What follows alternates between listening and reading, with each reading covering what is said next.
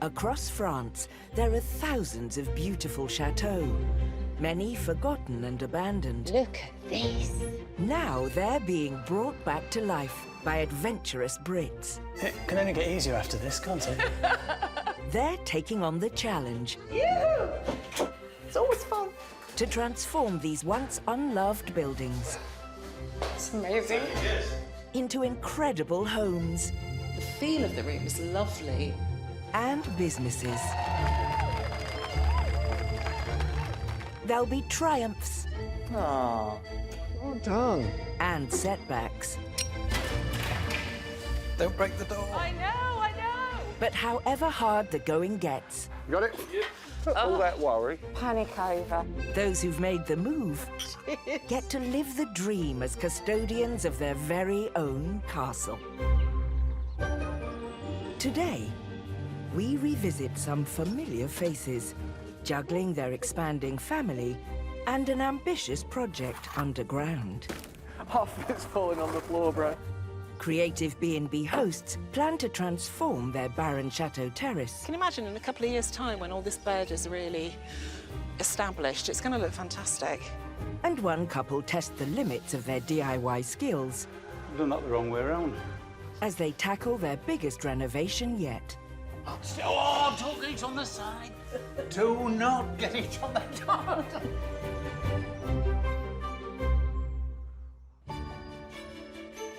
Amongst acres of old vineyards in southwest France lies the impressive 15th century Chateau Elegance. With 22 palatial rooms, it was once the residence of some of the region's top wine producers. Now, it's home to Stockport-born Edward and his Kosovan wife, Anna, who have lived here together for 13 years. So yeah, we still get that jaw-dropping experience as you come through the driveway, you look down at the chateau and you're just like, wow. It's just so amazing. It's like a fairy tale. Yeah, and our deepest, darkest winters in Stockport, you know, never expected to be a nice sunny Bordeaux, no. Located just a short drive from the city of Bordeaux and bought for just £890,000 in 2003, Edward and Anna run it as a luxury wedding venue, hosting up to 30 a year. Last time we met them was at the height of their busy summer season. 9 months pregnant, Anna went into labour during a reception for 100 guests. Okay, I'll grab my keys, grab my wallet and we'll go. Thankfully, they made it to hospital in time. We want to present to you the newest chatelaine, Emma Scarlett. Now 6 months on, baby Emma is growing up fast, and Anna and Edward are still adjusting to being a family of 4.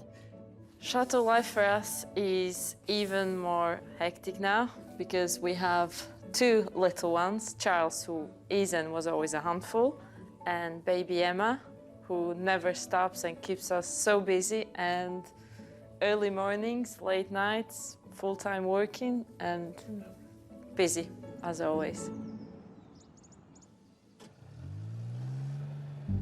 Their lives are about to get even busier as Edward has a new project, deep beneath the chateau.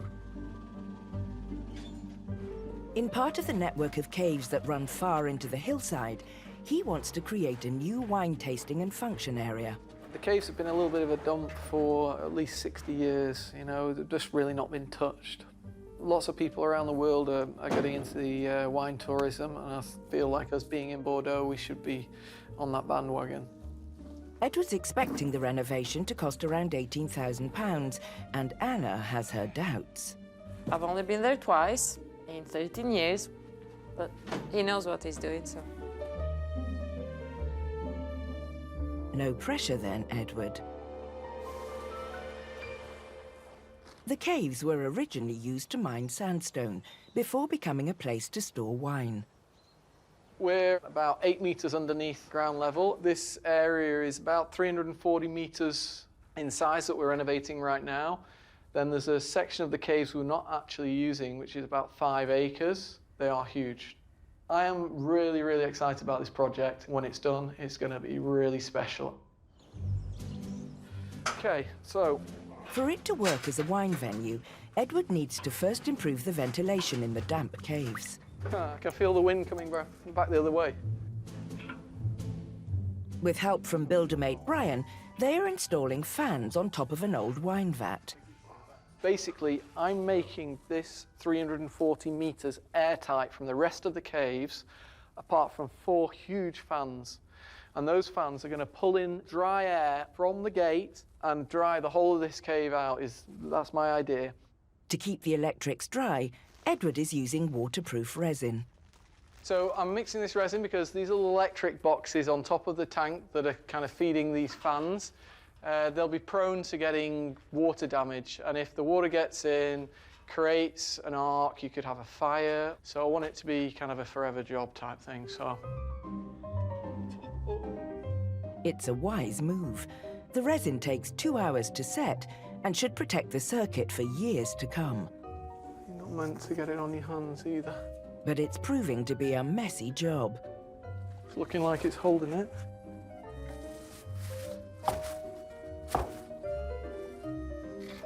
Yeah, that one seems to have gone okay. Used a bit more resin than I thought.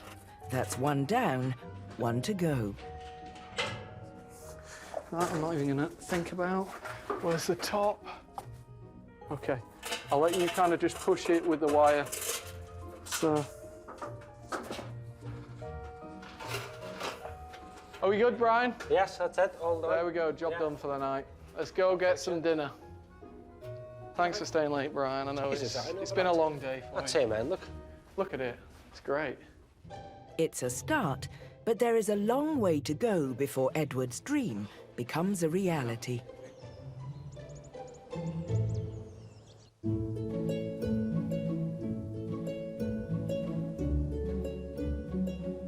In central France, the elegant 23-room Chateau DIY sits in 5 acres of countryside next to the stunning Mille Vaches Regional Park. Come on then. Yorkshire couple, Nigel and Debbie, snapped up the 19th century hunting lodge last year for £280,000. I never dreamed in a million years that we'd be able to afford this, and yeah, it's very special, very, very special. I think fortune's smiled on us. It has. We're in the right place at the right time. Yeah. And It was became available. It was meant to be. Located 30 miles east of Limoges, Nigel, a former Benidorm bar manager, and Debbie, who ran a farm shop, spent last year renovating enough rooms to launch their Chateau B&B. They've redecorated the main salon, I don't think we could do anything any better. transformed the crumbling roof terrace, There we are. This is good. and revamped 3 of the chateau's bedrooms. We've had people in every week without fail, and for the first year, that's pretty good going. I'm very pleased. I didn't think we would be as busy as we have been. But they've noticed one area of the market they're not cashing in on: families. So their next project is to create a suite large enough for a family of 4. But it will mean giving up their own bedroom and Debbie's adjoining office. That suite is an important one to get right because it's the only bedroom with access onto the terrace. It has the views to the back, which in summer are beautiful. There's also what we now call the dressing room, which we're using as a bit of an office. So there's double doors to shut it off, so it's separate, but it can be open up to be a big family room, and then the shower room as well. So it is an important room, and it could be quite a good revenue for us, that one. With the tourist season on the horizon, they can't afford to hang about.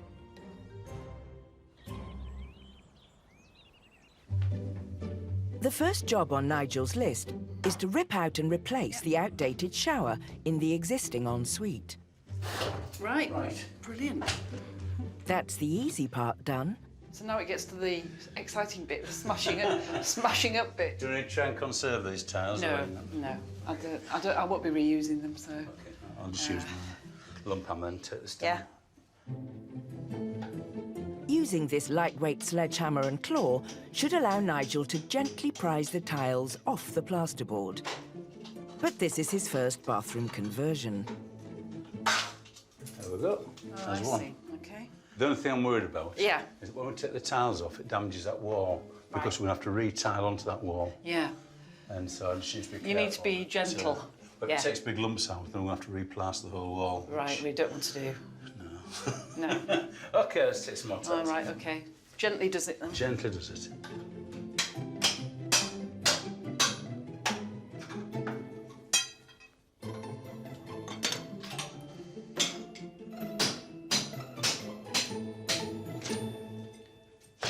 Oh dear. Punctured plasterboard is exactly what they were trying to avoid. Now Nigel has another fix on his hands. Nothing we ever do, I'm sure everybody will say the same, is ever simple. You always turn up something that you maybe don't expect, or everything always takes a lot longer as well. Let's hope there aren't too many more spanners in the works so they can finish their new family suite in time for the season.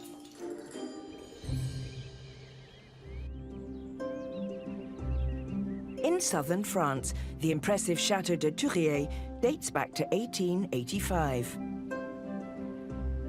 Boasting 23 rooms and set in 4 acres of woodland, it's now a 4-bedroom luxury B&B run by Gloucestershire couple Jane and Steve.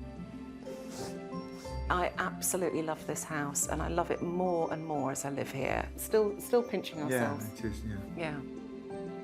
Before they moved to France, Steve worked at a wildlife charity and Jane at a chartered surveyor's. Now living their dream as fully fledged chateau owners, they have no plans to change careers again.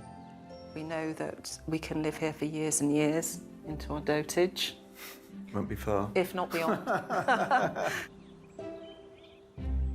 They bought the property near Toulouse for £400,000 just over 2 years ago. It's a nice bit. When we were last with them, they renovated large parts of the ground floor. So come and have a look and see what we've been doing in the salon. That is amazing. And after a host of rave reviews, Did you do them all? Yes. Wow. Wow, very talented.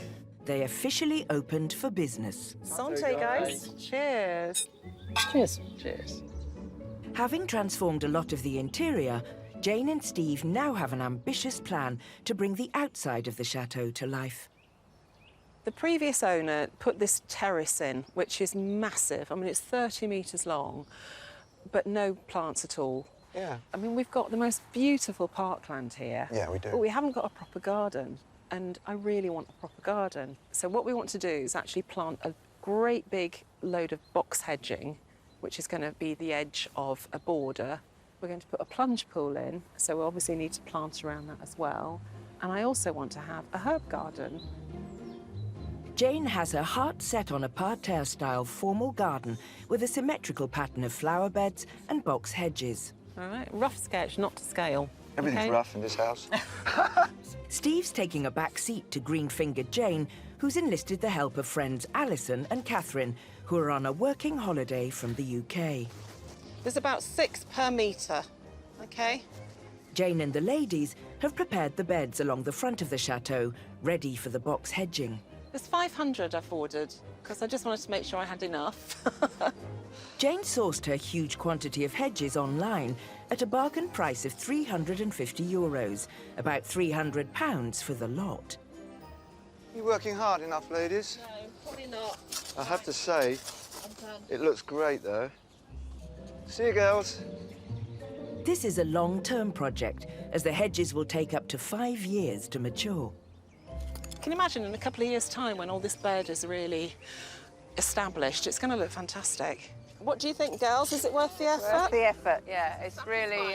The thing about it is, they're thinking that they're going to have this as their retirement home. Yeah, we are working on that. So when they're a bit older and everything goes a little bit, you know, wobbly, then they can come and move in here. Not anything going wobbly, yeah. No, not yet. A little bit early. The hedging is coming on apace, but Jane also wants some fragrant plants, which gives her and Steve the perfect excuse for an afternoon out at their favourite local market. I'm looking for a real cross-section of herbs, but I haven't got a clue how many plants I'll need. I think I just make it up as I go along. Start planting. See how much earth there is left. Yeah. Alors, je veux acheter 3 montes, s'il vous plaît. Peut-être 3. With the beds totalling over 40 metres in length, Peut-être tout ça. they'll need them by the box load. So I don't think we can carry anymore, Janie. C'est tout. Merci. Yeah, oui. Yes. Oui, merci beaucoup. Actually, I'm really pleased. We've got a really good selection here, so it'll be a really good start for the garden. Back at the chateau, So if I just hand them to you, Jane is in her element, bringing her vision for the garden to life. that's lemon thyme. And then there's another thyme, just a straight, ordinary thyme. This one? There. Yeah.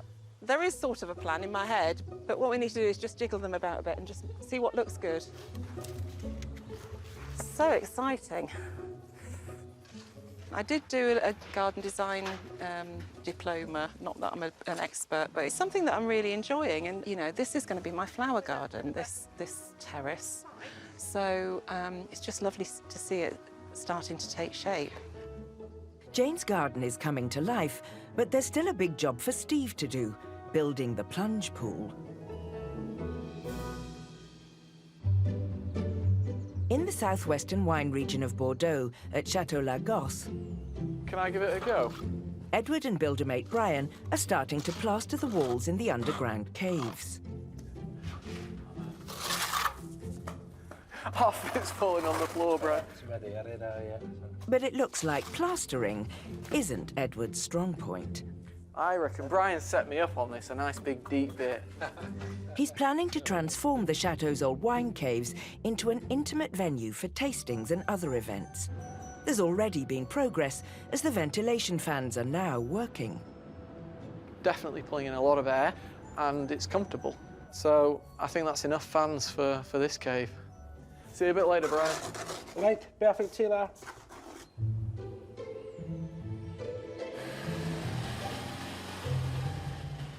But you can't have a wine venue without wine, so today Edward and Anna are going on a rare outing without their 2 small children to a local winery. We don't get to spend much time together out of the chateau or anything, so this is like a first for us in ages, where it's just the 2 of us. Now we are walking to the new barrel cellar. It's traditional in France to buy wine from your children's birth year, and Master Vintner Edouard has selected some wines to taste. I have 2 things for you today. First, we'll start some 2015 for your son and 19 for your girl. Ah, great. This estate produces some of the finest wines in Bordeaux, and it's been in the same family for over 100 years. Oh, let me introduce you my uncle, Tristan, Edward, Anna. Welcome, Anna. The first bottle to taste is their 2015 Bordeaux blend. Edward. Thank you, Edouard. So we have a lot of fruits, some tobacco notes. This is drinking really well. It's really nice. The 2015 wine has proven to be a winner. Next up is the 2019, so new that it has only been in the barrel for a month. I know it's still a baby, but it's really, really nice. The nose is there, the color, everything is perfect. I think we definitely want some of it for Emma and for us. They store 800 barrels down here, and Edward can't resist tapping his namesake for a few tips for his new cave. With us building this underground cave, what's your are there any secrets of the trade for where we store the wine, or The secret is to maintain the temperature and the hygrometry of the room, so to avoid up and down in summer or winter. Stability is the best for the wine. The actual cell that we're making, the actual room we're making, we've got big ventilators in, so that's going to be going up and down, up and down. But I have a door that goes through to the other cave area that is secure. So I think the best place for me to keep the wine would be the other side of that door. It's very important to keep your wine locked behind a door. Otherwise, people will go in and take some bottles. So if you can avoid to have the wind blowing into the room directly, that's good. Sound advice, and with some excellent wines to take home, it's been a good day. It's not just about learning, you know, we've got so much on, and just to have a few hours for ourselves. I couldn't put a price tag on it. It's priceless. Thank you very much, Edward. Thank you very much. Anna's enjoyed the wine tasting, but Edward still needs to convince her that his costly cave renovation will be worth the investment.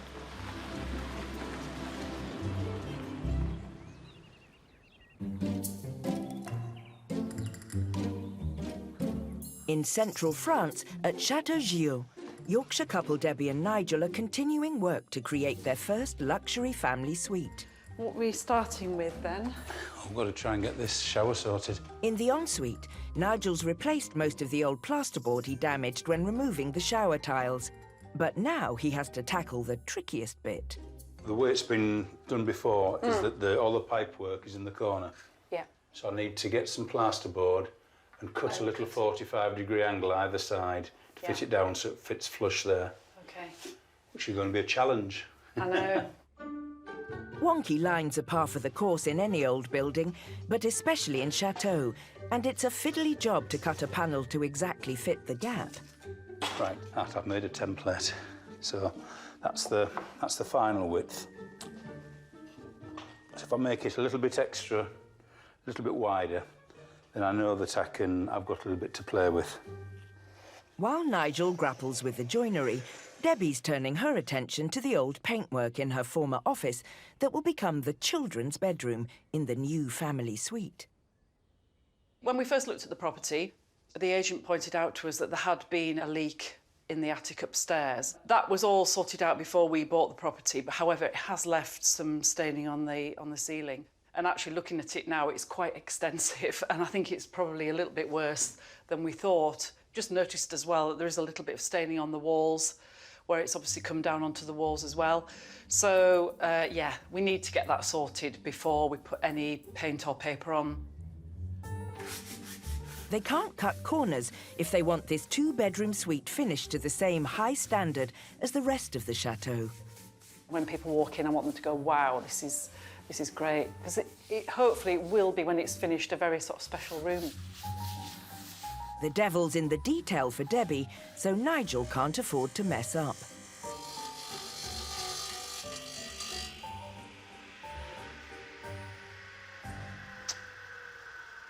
I've done that the wrong way around.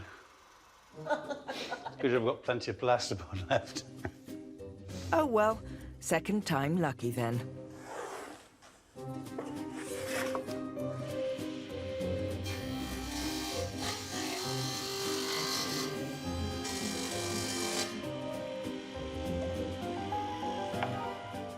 Right.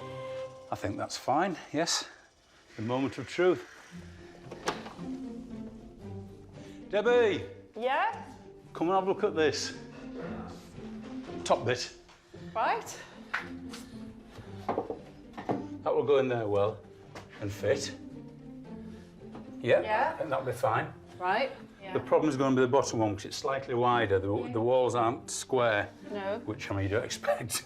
So I need to make that a bit wider, about another centimetre wider. If I had the money, the difficult jobs like this, I'd leave to a professional. And I could do the easy painting jobs. Yeah, but the thing is, you wouldn't have the satisfaction, would you, of knowing that when this shower's done and this bathroom's done, it'll be, yeah, well, I did that, or we did that. You did the difficult bits, I did the easy bits. Right. They'd better crack on, as there's still the shower to complete, as well as redecorating and furnishing the bedrooms before the family suite can be offered to guests.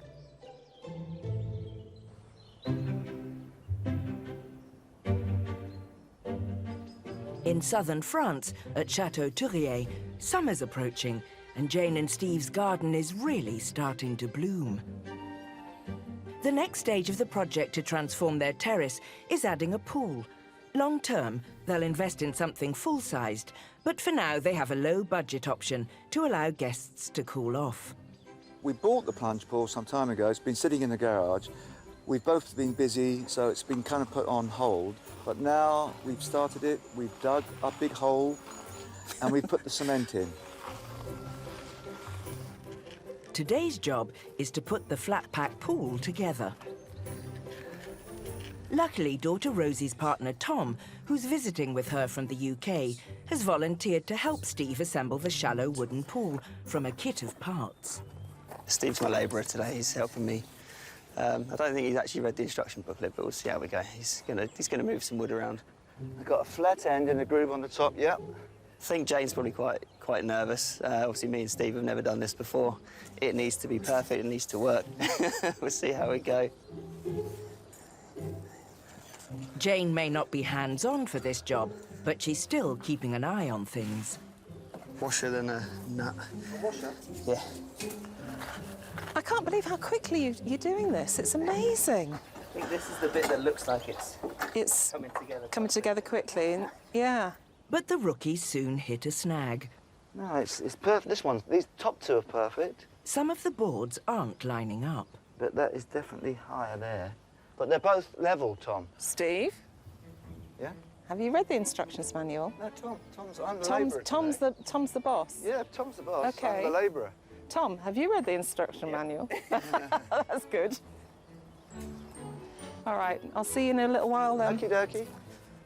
I'm trying to keep out of the way so I don't interfere because I know what I'm like. But it's typical of Steve, actually. He's not read the manual.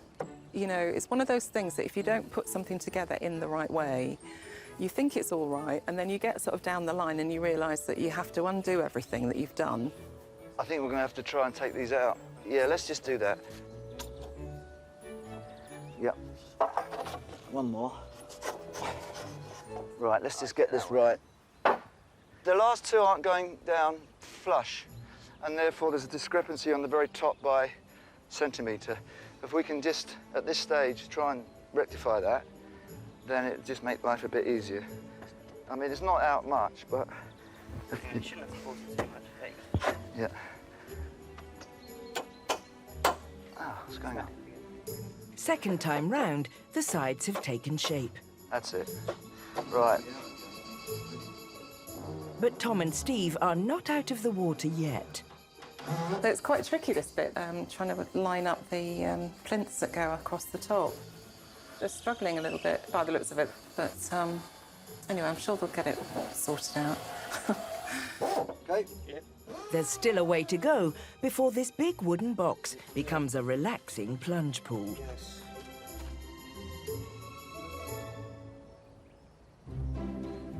A 150 miles to the northwest, Edward has a busy day planned in his chateau's caves.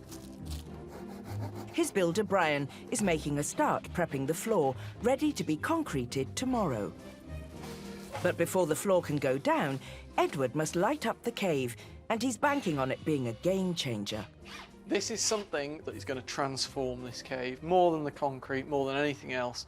But more importantly, it's going to be something that brings Anna around to kind of liking this idea, and hopefully she will understand that I was right to be renovating these caves. Only time will tell. The plan is to drape festoon lighting around the cave. That's almost 350 metres of wall space in total.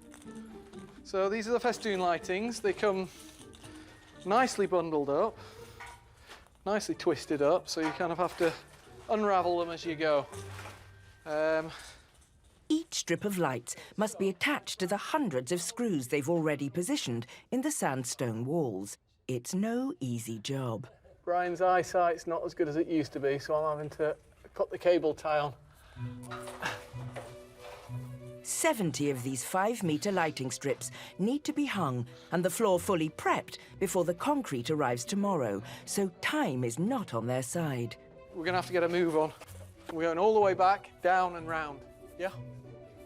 I need to go and make a bank transfer really quickly for this concrete, but can I leave you and Cyril to just come back round, and I'll be back down in literally 5 minutes. No and problem. then we're going to carry on down there and do the same on the next post.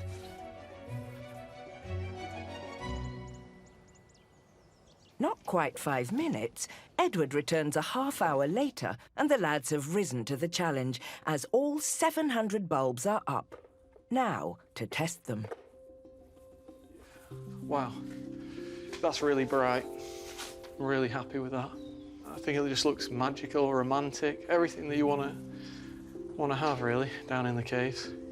So that is amazing, perfect lighting. All Edward needs now is Anna's seal of approval. Okay. Is this ready for the Concrete. Wow. Just stand here. She's only ever been inside the cave twice and has doubted the project from the beginning.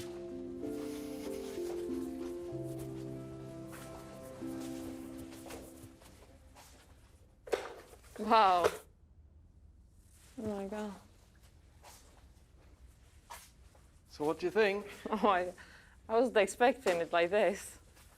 This is really nice. It shocked me. I can't believe it. Nasty light off. Wow. And this is so much more light and it looks so romantic. Yep. It's looking really nice. You happy? Yeah. When you first wanted to do it, I was against it because of the costs and the size of them, but now I understand and it makes sense. It is just breathtaking. Do you think it's going to work? Yeah, like, people are going to love it. Still got more to do tonight because concrete guys are... You're doing the concrete tomorrow? Oh my God. They're starting at 7. 7 in the morning? Wow.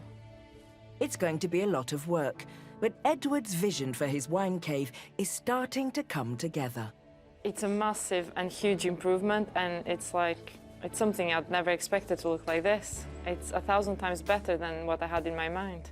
It's a big tick from Anna, but the biggest and most expensive job of laying the concrete floor is still to be done.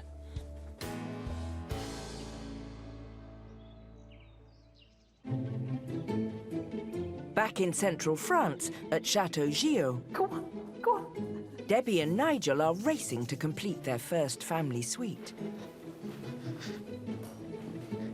Debbie's been working to create a new twin-bed children's room, and today she's modernising a pair of 1950s veneered beds in her typically bold style.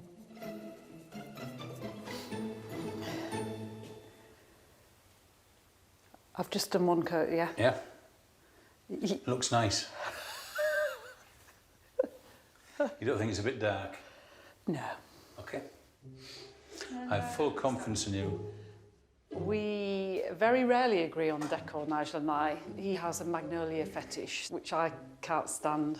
I quite like something a bit more striking, a bit different. He will sort of look with raised eyebrows at everything I do. But he usually does admit at the end it turns out okay, so...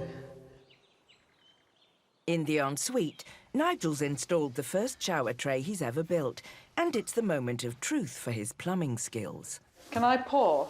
Only in the hole, not round the outside. Yeah, you've told me that. You've told me that.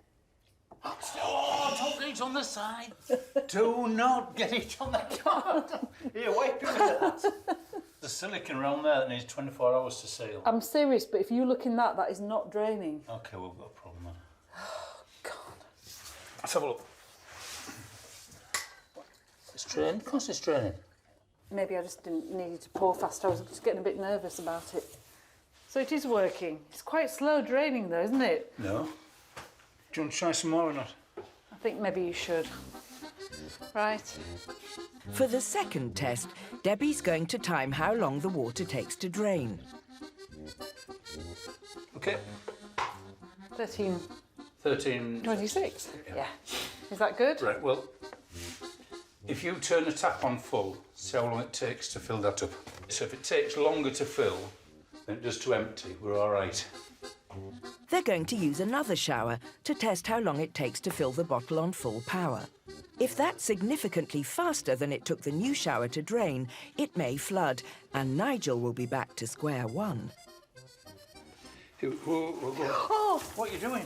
You've... Oh, it's the wrong one. If I'd been in there, there would have been... Take two. You ready? 1, 2, 3. Go. Tell me when to stop. It's a highly scientific test. Stop. 13:21. Is that nearly exactly... Yeah, how long did it take that to empty? 13:26. Oh, that's all right then. Luckily, the running and draining speeds are a close match, so Nigel's plumbing is up to scratch. With the biggest job completed in the bathroom and renovations well underway in the bedrooms, they've broken the back of the family suite refurb. We've made progress.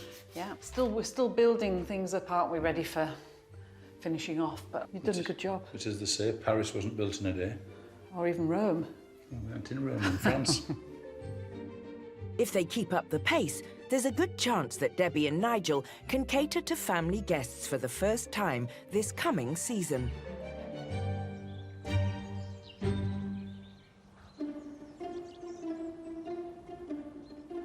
In the famous wine region of Bordeaux, it's 8 a.m. and the day of Edward's concrete pour in his vast caves. Charles, how's it going? You getting there? Not too bad, not too bad. We've got 2 more expansion joints to put in, and then that's it. We're pretty much ready to go. He's had builders working flat out through the night to prep the floor for the 4 lorry loads of concrete he's having delivered to the tricky site. The problem with the caves is we can't get the concrete down to the caves. The valley is just not sturdy enough for the lorries. The path down to the valley is too small.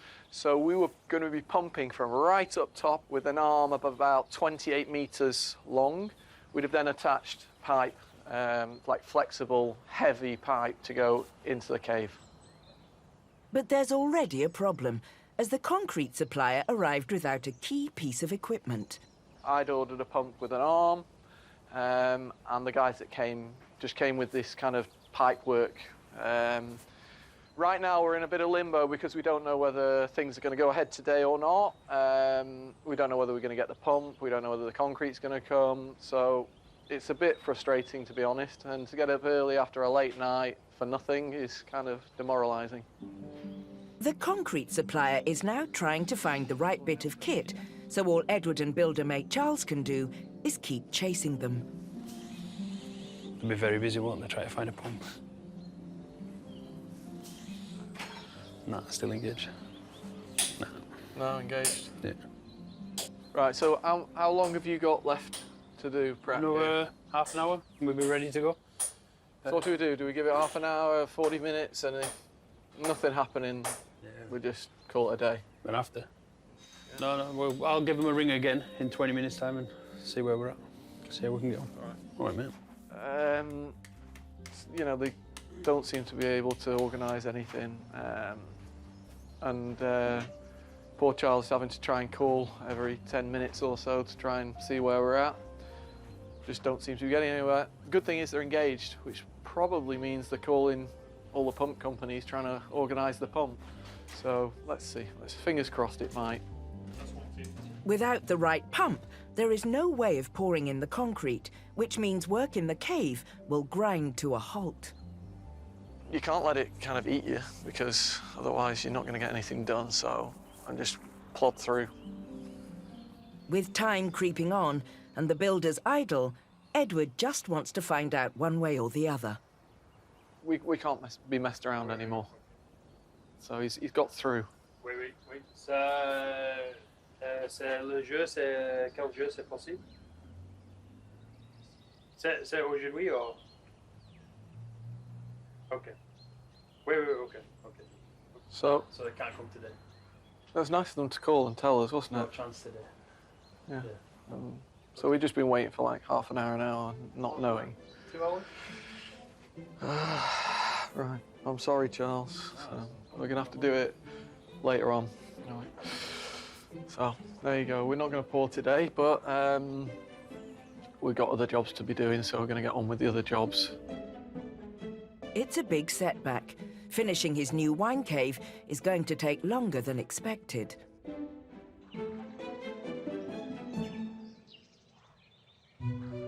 In the sweltering south of France, Jane and Steve's flat-pack plunge pool is taking shape.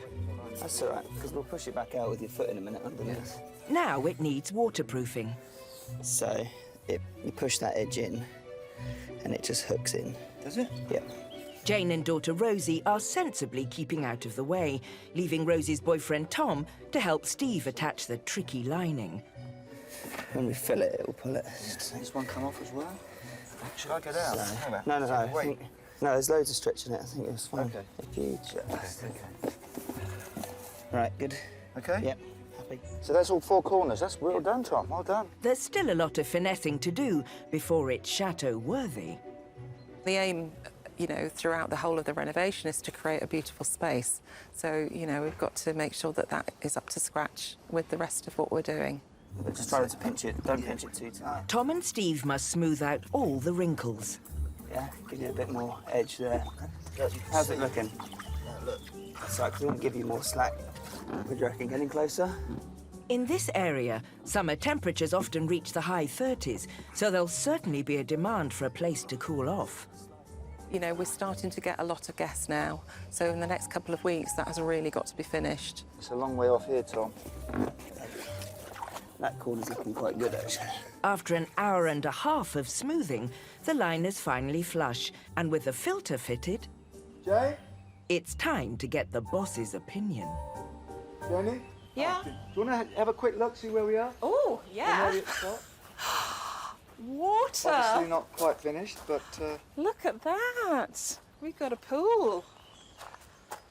Oh, and what's rather cold at the Yes, Yes, but look Little at the wrinkles. warm up. Hardly any. That's great. Oh, can't wait to get in there. I know. It's going to be lovely in this heat. Yeah. Really well done, guys. That's Great. absolutely brilliant. Emerging from the winter, Jane and Steve's terrace was a lifeless gravel desert. Now it's totally transformed. They've brought it to life with hedge borders, fragrant herbs, and its very own oasis in the form of a 2-foot-deep plunge pool. We're really pleased with it, actually, because, you know, the whole idea of it was that we couldn't afford to have a full-size pool built, but we wanted somewhere where people could cool off, because obviously it gets very, very hot here in the summer. Are you glad we've done it? Yeah, otherwise it would have been a bath, you know, my old bath, you know. The bath we took out the master suite. Sit in a bath outside with the hose pipe in. Which is what I did last year, just to cool down. Jane and Steve now have the arduous task of testing their new pool to ensure it's ready for guests. Okay? Yeah.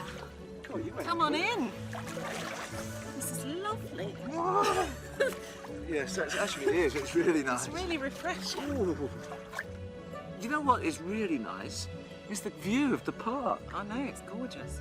It's another job ticked off the list. But like all chateau owners, Jane and Steve know there's always more work to be done. I mean, I've got visions, right? Have you? In years to come, of this kind of being terraced and having beautiful steps going down and all that sort of thing. Should have married a millionaire. What's she doing with me? I should have married a millionaire, darling, you're right. Yeah. But anyway, but I'm very glad that I've got you, so that's all. Okay, good. Next time, Jane and Steve have a demolition job. That's the way to do it. Debbie and Nigel have to tread lightly. Don't stand on those. Oh, Nigel. And Anna makes sure Edward is keeping standards high. There's a broken lot there. Did you think I was gonna miss that one?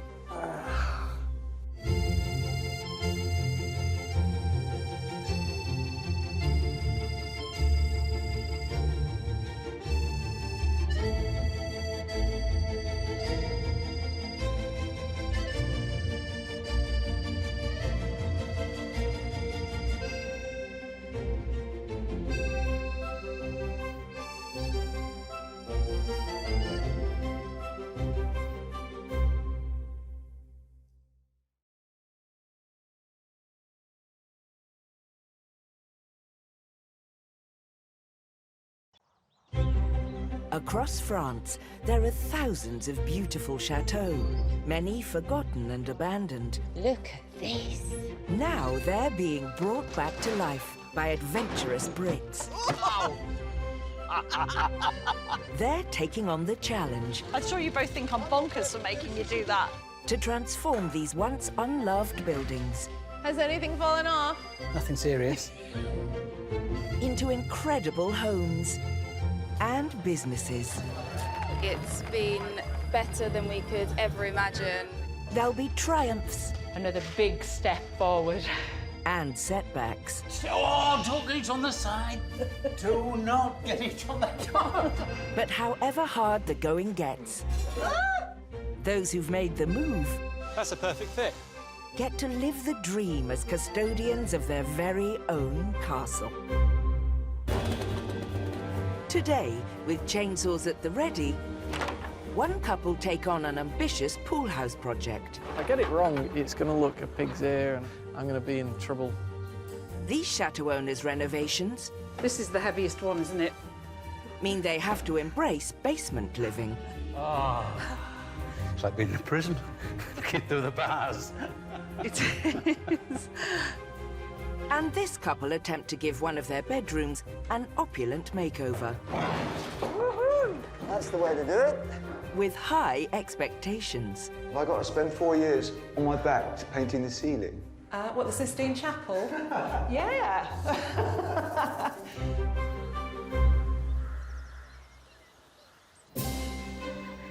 Around 3,000 Brits a year choose to get married in France.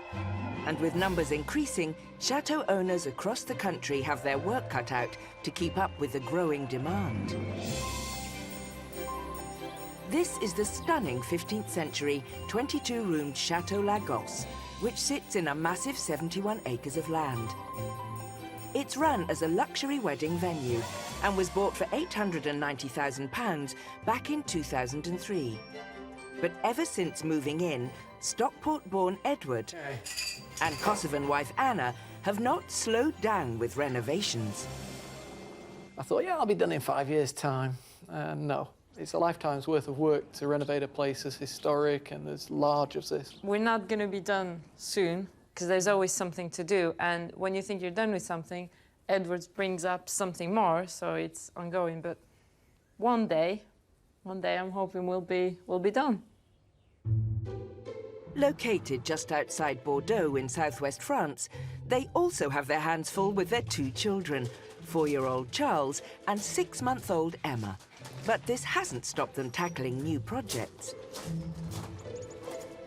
Edward has already started to turn part of the chateau caves into a new wine venue. But work has been put on hold because the company delivering the concrete for the new floor brought the wrong pump. You can't let it kind of eat you, because otherwise you're not going to get anything done. So we've got other jobs to be doing, so we're going to get on with the other jobs.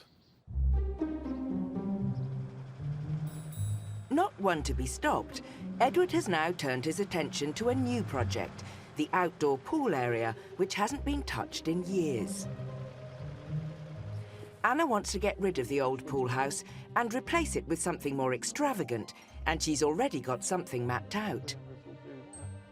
It would be nice to have a small, little, like, pretty much like a Greek-style little mini house. I'd want to do like a little balustrading with a flat rooftop, and we could have our DJ there and have a little pool party area. Whenever we do things, it's kind of always on steroids, isn't it? It's kind of like, you can't just have a guy doing DJ down by the pool. We have to have him on the roof. On the roof. Before Edward can get to work making his wife's dream a reality, he has to demolish the old pool house.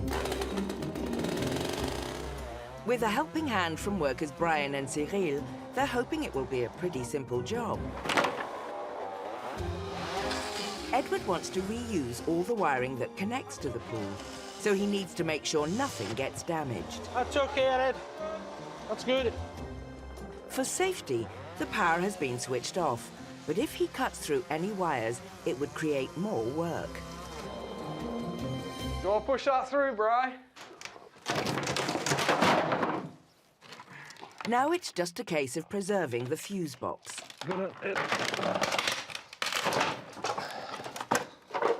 I'm going to go start the mini digger, OK? It's the last thing. To knock the pool house down, Edward seeks help from his trusty digger, which should make light work of the old structure.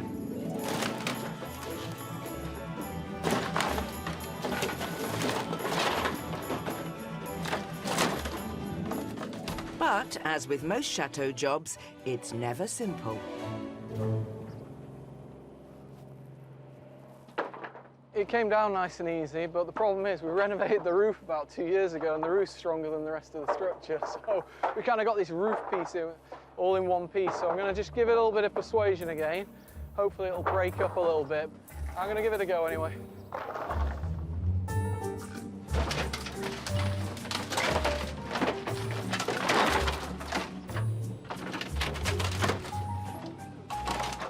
A bit of gentle persuasion seems to have done the trick.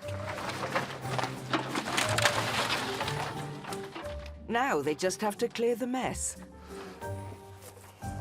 So it's gone a lot better than I thought it was going to go. That would have taken us hours to break that up with a hammer and whatnot, so hopefully I've saved quite a bit of time there. The worrying thing is, it's point of no return now. It's been a good start, but the real challenge will be to actually build Anna's dream pool house.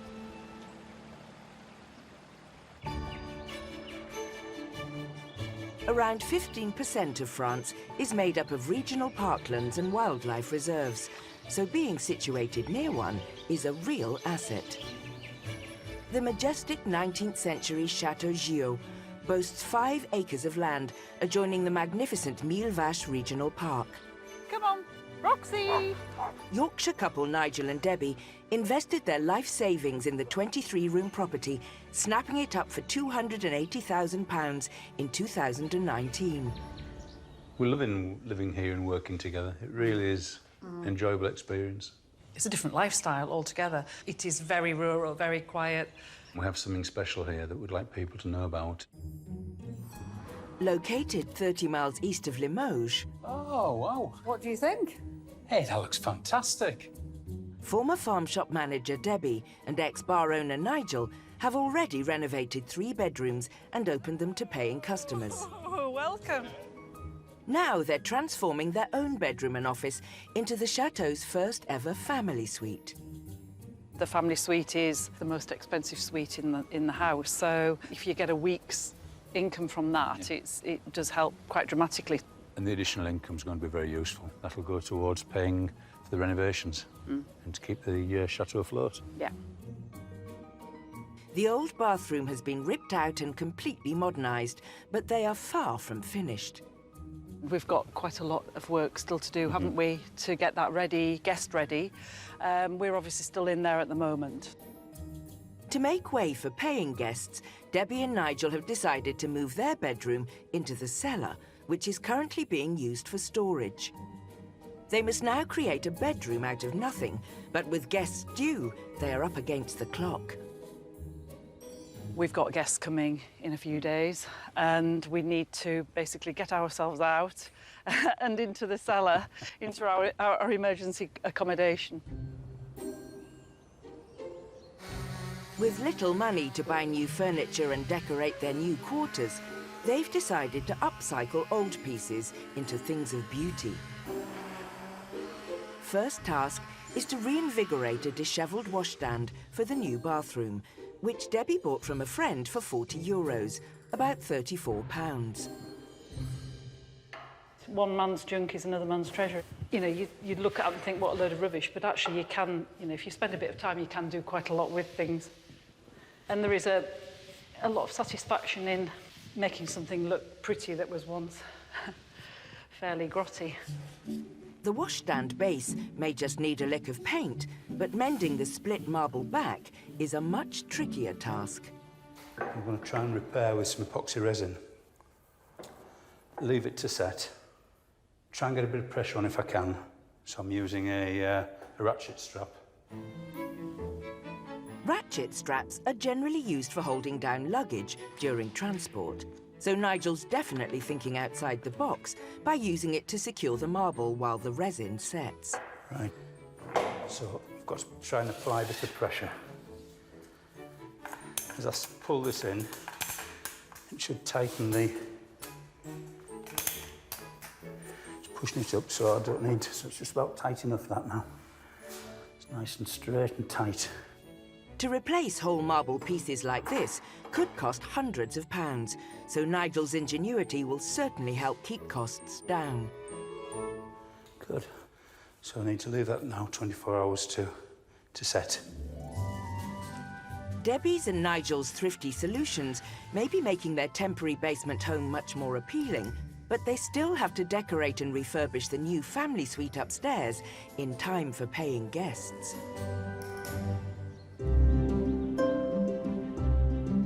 More than 90% of France is made up of countryside and farmland. In the rural southern Occitanie region lies the impressive 19th century Chateau DIY. It boasts 23 rooms and is set in 4 acres of woodland. The lucky owners are Gloucestershire couple Jane and Steve, who quit their jobs 2 years ago when they bought the place for a bargain £400,000. It's been very rewarding so far. It's been Well, you've loved eventful. the house and doing up, which is what your dream was. Yeah. And I don't work anymore, so it's great. What do you mean you don't work anymore? No, I mean, I he don't work. He works Work. harder now than he did I don't. at any time I before. work for us. I work for us. Yes, that's true. Located an hour's drive from Toulouse, they run the chateau as a luxury B&B and are spending the off-season making major improvements. Have you read the instructions manual? They've recently transformed the terrace into a relaxing place for guests to unwind. This is the life, isn't This is the life, isn't it? At last. Now their attention has turned back inside, where they're planning to create another B&B bedroom to optimise their income. And it's set to be their most extravagant renovation yet. I want to create something that's along the lines of the French Renaissance. It's going to look very decorative, very Louis XVI, and very beautiful. Lots of gold. I hope. Lots of gold. We will have gold. Yes, there will be gold. Ooh. With Jane's heart set on creating her very own Palace de Versailles, Steve has his work cut out.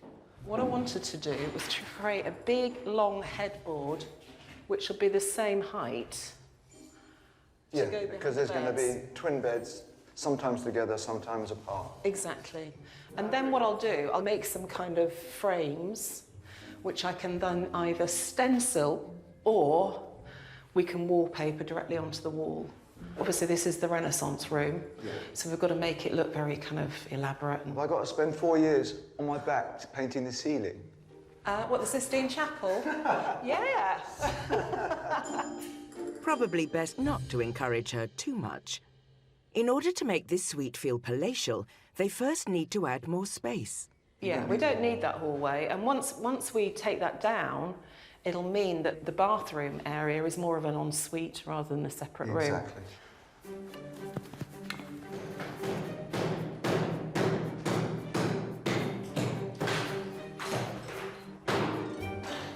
As Steve starts to demolish the walls, Is it coffee time yet? No, come on, you've got to get that wall down first. Jane has the task of clearing away the debris. Just try that. Steve has rigged up a gangplank to get rid of the rubble. Okay, here we go. Yeah, that's no good, is it? Difficult, isn't it? Yeah. Getting it up that gangplank. That's rubbish. Yeah, okay. Just need a good run up. Steve's going to have to come up with a better way to remove the bricks if they want to keep things efficient. I'll tell you what, we'll clear this and we'll change tact.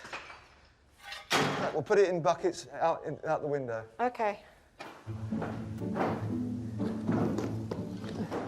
Having come up with a new plan, he makes short work of the rest of the wall. Woohoo! Look at that! Whoa! That's the way to do it. And in little over an hour, Yep, that's it. it's pretty much job done. 1, 2, 3, up. Brilliant. Okay. Let's have a look then. Wow. The only thing is we'll clear up now. Let's just hope getting rid of the mess is easier the second time around. It's fun, isn't it, having a chateau? At least Jane can see the fruits of their labour. We've been dying to knock this down for so long, so it's good to see it all to come to fruition now. It's certainly a start, but there's a lot more to do before her vision for the room can become a reality.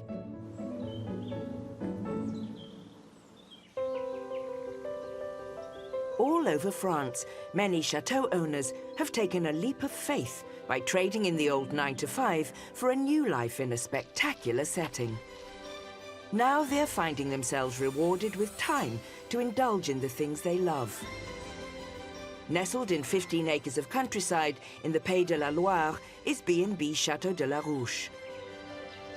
Owner Rebecca has a passion for preserving her own produce.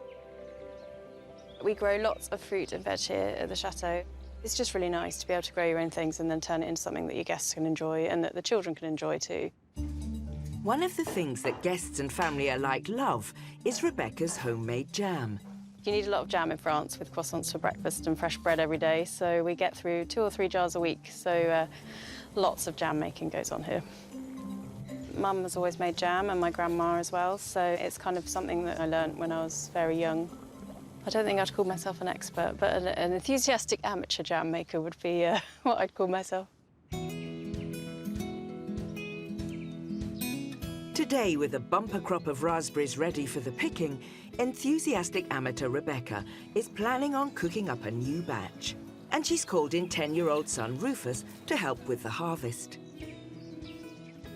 We need the nice, ripe, juicy ones for the jam. You got lots? A few. Merci. And what happens if there's white bits on them? They're fine. Granny told me that that means they're overdone. Well, who's to argue with Granny, hey? Look, there's loads down here, look, at boy height. Back in the chateau kitchen, Rebecca is ready to make her jam using just 3 ingredients: raspberries, sugar and lemon. Normally, when people make jam, they do equal weights of fruit and sugar. I don't do that because I don't like my jam to taste too sugary. So I've got 1 kilo of raspberries here and I'm going to use 800 grams of caster sugar. To that, she adds some lemon juice and leaves to bubble away for as long as it takes to thicken. It's quite nice to have time by myself in the kitchen. It's just a really lovely thing to do. And childhood experiences have shown it's a process that shouldn't be rushed. I remember one time making plum jam in a pressure cooker with my grandma, and just to speed it all up.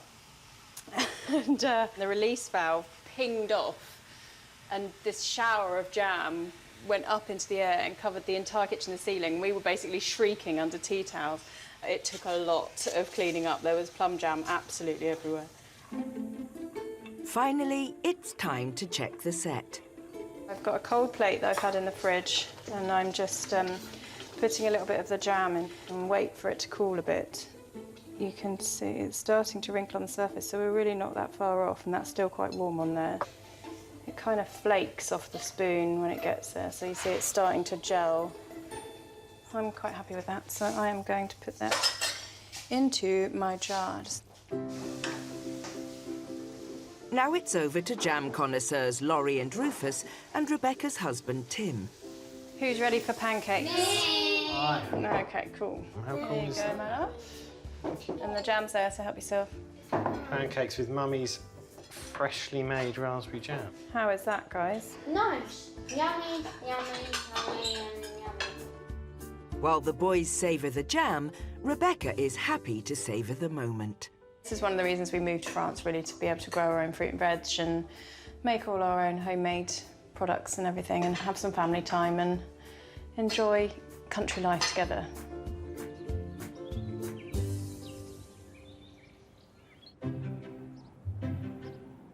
Back at Chateau Gilles, in the Nouvelle-Aquitaine region south of the Loire, Yorkshire couple Nigel and Debbie Right, so let's start clearing it. Yeah, we need to start clearing.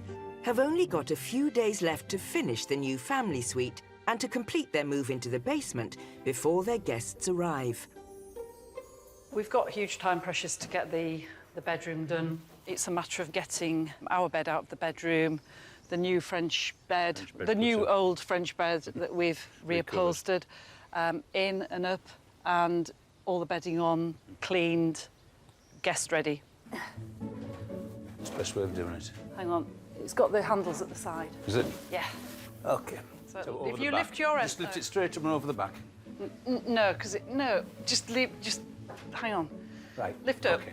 and over. Yeah, that's it. And then if we... Yeah?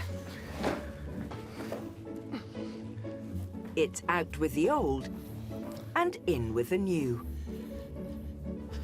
These new mattresses are really light, aren't they? The bed going in is an upcycled €30 frame that Debbie has reupholstered with the addition of a new mattress. And it's anti-stress. Could do with that. This bit, yeah.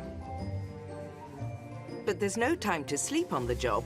Whilst Debbie gives the brand new bathroom a clean and bids farewell to luxury. I've never had a shower as big as this before, so it's been absolutely great. I've loved it. So it's a little bit of a wrench to leave it. Yeah, it is a bit of a wrench. Down in the new basement bathroom, Nigel's cracking on and installing the upcycled wash basin. How does that look? It looks good. I'm pleased with that. The big crack down the back that we repaired yesterday typifies it. So I'm quite pleased for a €40 wash stand. It's good. A great bit of upcycling. Now they need to downcycle their bed to the basement. This is the heaviest one, isn't it? Yeah. Navigating the stairs and thin corridors of a basement is not the easiest when hauling a heavy bed frame and mattress. This is certainly heavier than that new mattress, isn't it? It's easier going down than up. Are you there? Yeah. Great. And then we can lift it Flip it straight over. across. Says he. Yes, he said, don't stand on those. Right. Oh, Nigel. Sorry, I'm there now. Right. Yeah. Up.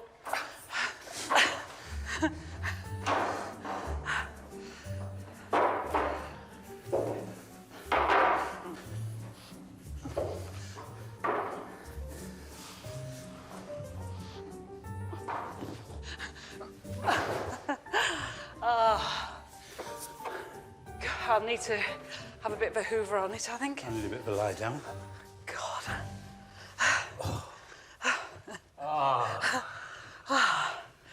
So do me. You better get used to this now. It's all right. Nice view. It's like being in prison. Looking through the bars. It is. You can sort of get an idea, can't you, of how it might eventually look. That's what, in my mind's eye, that's what I'm trying to envisage. Their new basement bedroom may not be five-star accommodation, but it's the guests' comfort that matters, and their family suite is well on its way.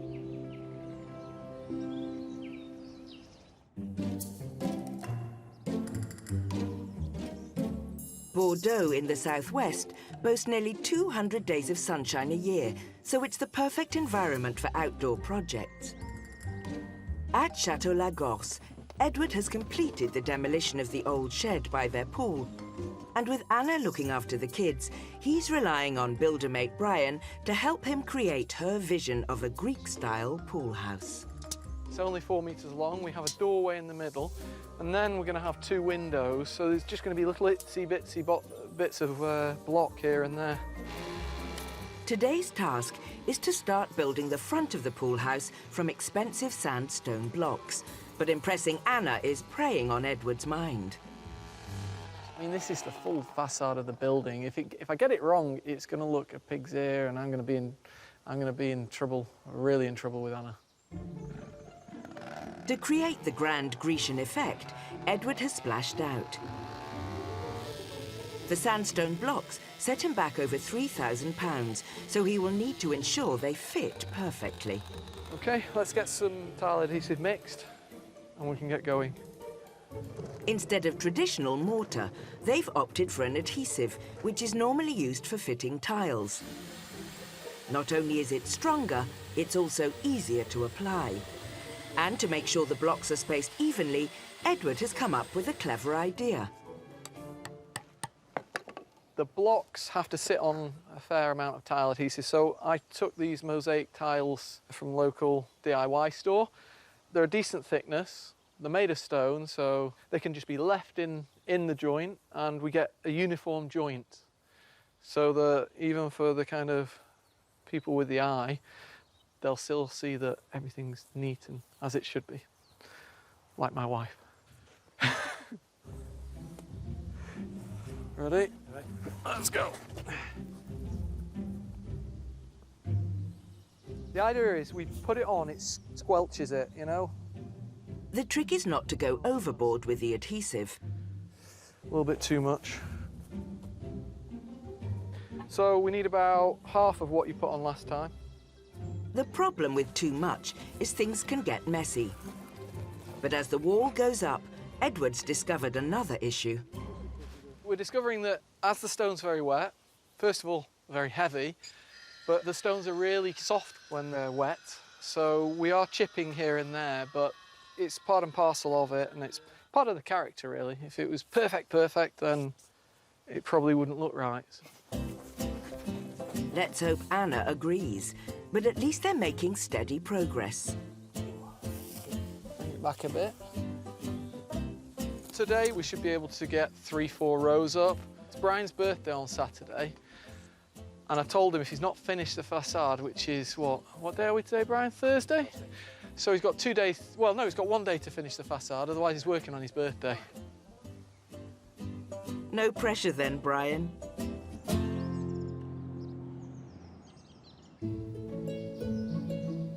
A 150 miles southeast at Chateau DIY. Jane and Steve's opulent Renaissance suite has come on leaps and bounds. They've put in a new floor and wall panels, but it's the ceiling that really takes your breath away. They've put up a Sistine Chapel-inspired wallpaper that cost just under £400. It was a hard job to put up and do, but I think it's been worth it.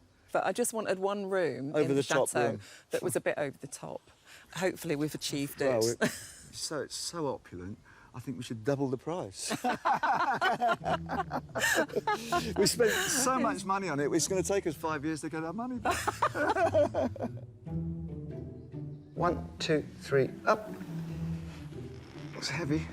As the wallpaper was a large expense, Jane has managed to save some money by making the giant headboard herself. It's in. Voila! So apart from the gluing... Oh, what's happened? What have you done there, Steve? Don't blame me. This sweaty hands. What do you reckon? It's like you know, when you go into a posh pub and the big long bar. Oh, yeah. And that's I like and it. you sit down and... That's looking good. Well done, sweetheart. Ah, well done. Jane's extravagant vision is starting to take shape. She now wants to emulate the palatial spirit of the Renaissance on the walls. So what I've got here, I've got some stencils which are very French, reminiscent of Marie Antoinette and all of that sort of thing. And what I wanted to do was create some kind of Renaissance feel to the panelling. Jane is no stranger to stenciling, as she used the technique when she decorated the floor in the chateau's orangery. But even with her extensive experience, making the stencils behave isn't easy.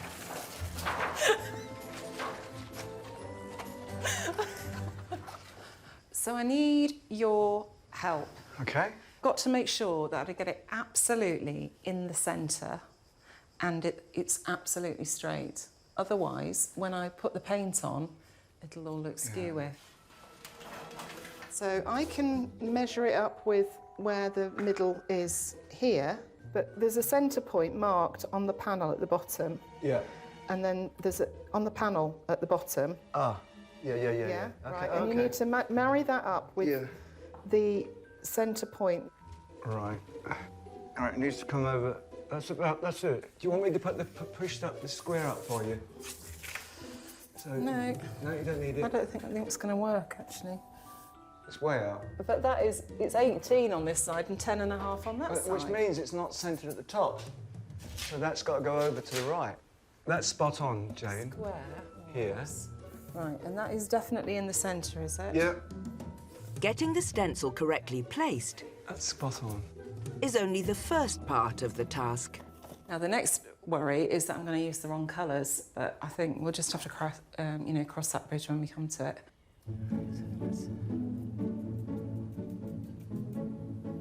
The stenciling is a massive job, especially in a room this size. I'm feeling a bit tired and a bit fed up with it all now because the light's no good and I don't want to mess it up just because I can't see really properly. So I think we're going to leave it and call it a day today, and I'll have another look at it freshly in the morning. With only one panel underway, let's hope a good night's sleep gives Jane the energy to finish her Renaissance dream.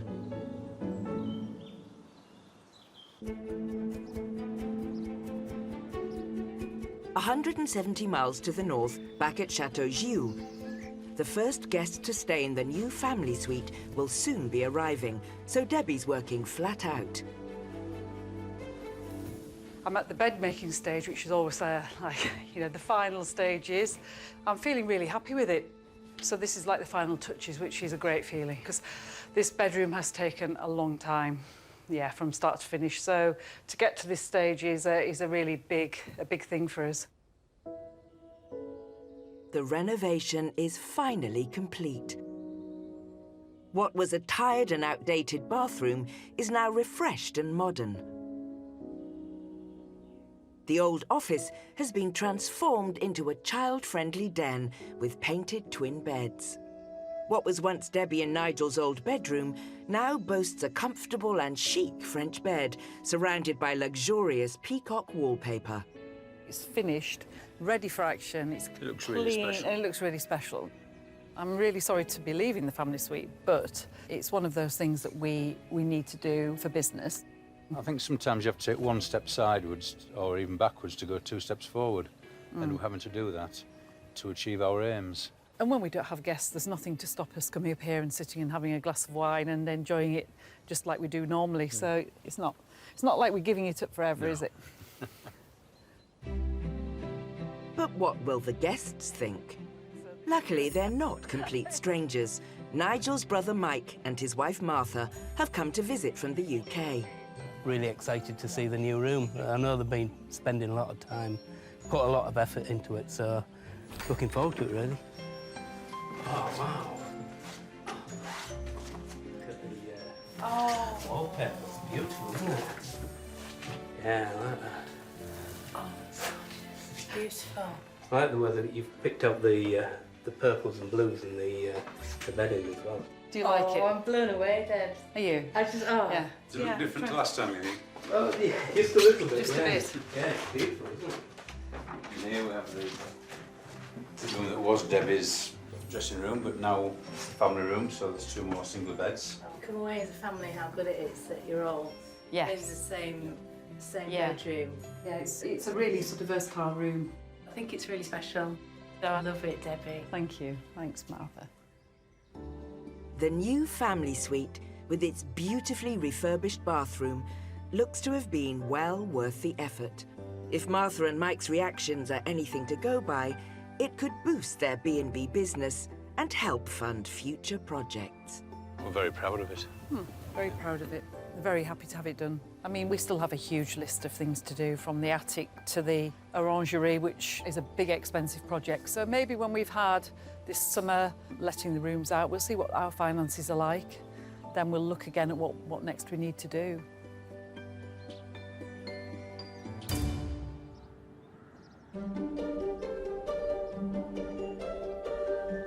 In southern France, Jane and Steve's 5th and final guest bedroom, the Renaissance suite, is almost complete. All it needs now is a little stylish dressing.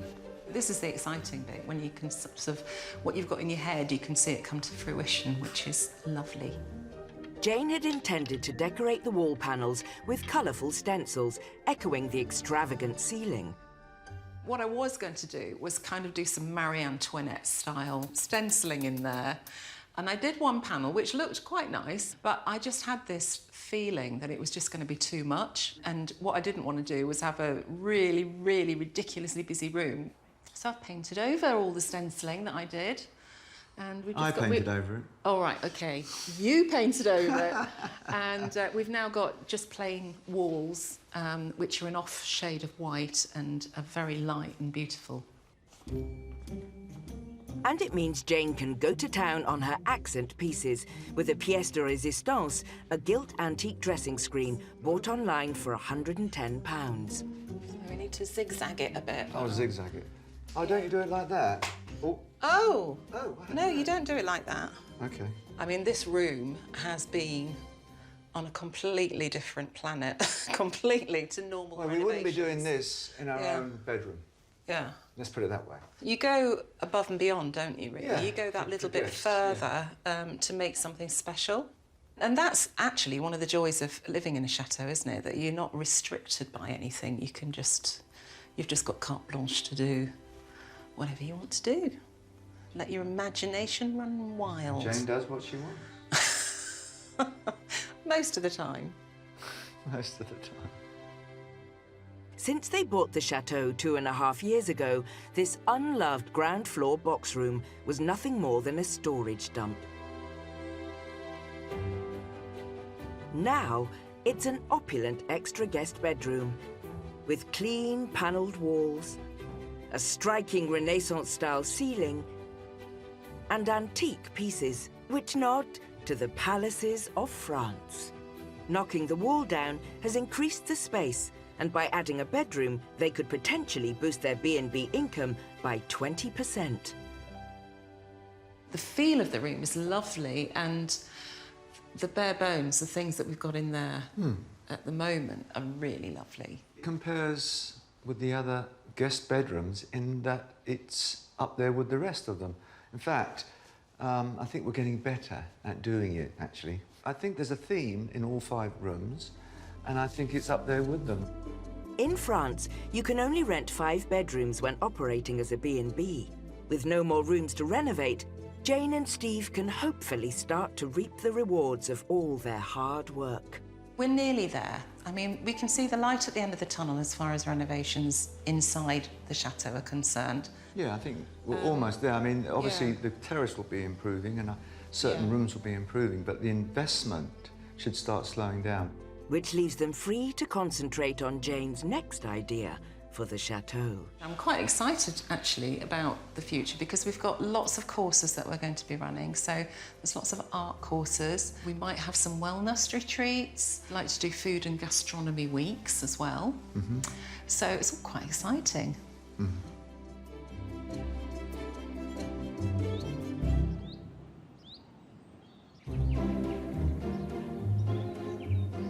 Over in southwest France, at Chateau Lagos, it's been a busy 6 months. But Anna and Edward's pool area is almost complete. I thought it was going to be done a good 4 to 6 weeks ago. Putting balustrades on the front of the building should have been an easy job, but it just didn't turn out that way. It's all heavy work and takes a lot longer than you think. When I got the guy in to do the pool house roof, I got him to paint all of the pool as well, repaired a couple of leaks on the pool too. I'm really almost there with the pool area now, so a bit of finishing off inside the pool house. I'm hoping Anna will be happy with what I've done. I mean, even now, before it's finished, I look at it from the top terrace and it just makes me smile every time. To finish it all off, Edward is putting the icing on the cake. He has bought 36 new sun loungers and has roped in Cyril to help. Ça fait des années que tu travailles avec Anna. Tu crois que si on la laisse comme ça, elle va être contente? Ah non, là... With Anna being a stickler for detail, they can't leave anything to chance. The setup I'm looking for really is mainly for the next, the next day after the wedding.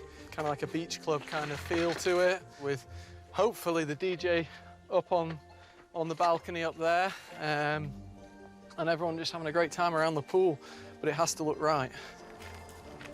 But they don't have any more time. Wow. As Anna arrives for an inspection. Oh, it's looking really good. Well done, Annie. Oh. Are you tired? Yeah, it's been really hot today. The colour is really nice. Yeah, I've not had it go on yet.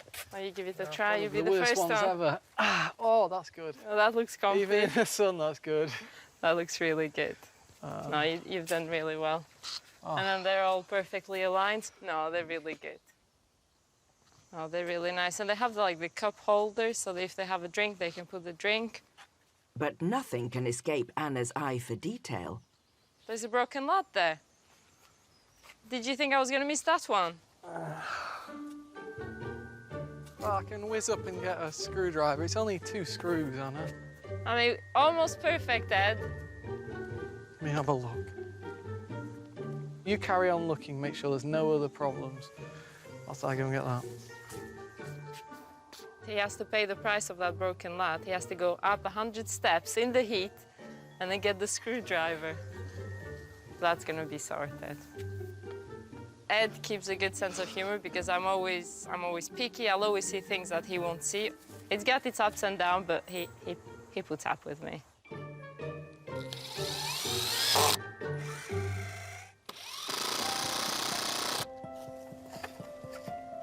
How's that, my lady? Much better. It's looking perfect. 6 months ago, their pool area was dreary, dull and dated. Now it's been transformed into a stylish and elegant place to relax and the perfect setting for wedding after-parties. The new pool house villa just needs a bar area and a toilet added inside. And there's an outdoor shower that's ready to use. And with features such as the balustrade, the building has its own unique style. So we're really looking forward to the next pool party with the DJ on the roof. It looks like like a mini Greek villa, because that was the vision in my head, with the balustrading, the stone walls, the white windows. It's the perfect pool area. Yeah, it's been a hard old slog. Edward has managed to pull it out the bag, but with the cave still to finish, his hard work is far from over. Next time, one couple come up with a money-making scheme. You never know, Belinda. This could make us both millionaires. Oh! A request for help from one chateau owner. Oh, sorry, I got some in here. Could be more of a hindrance. Why is this happening? Because you're going fast and you're just messy and you don't listen to instruction. And the pressure is on for Edward's big investment to pay off. And we're talking getting on towards 20,000 euros. So yeah, it's kind of win or lose situation. There's no medium ground.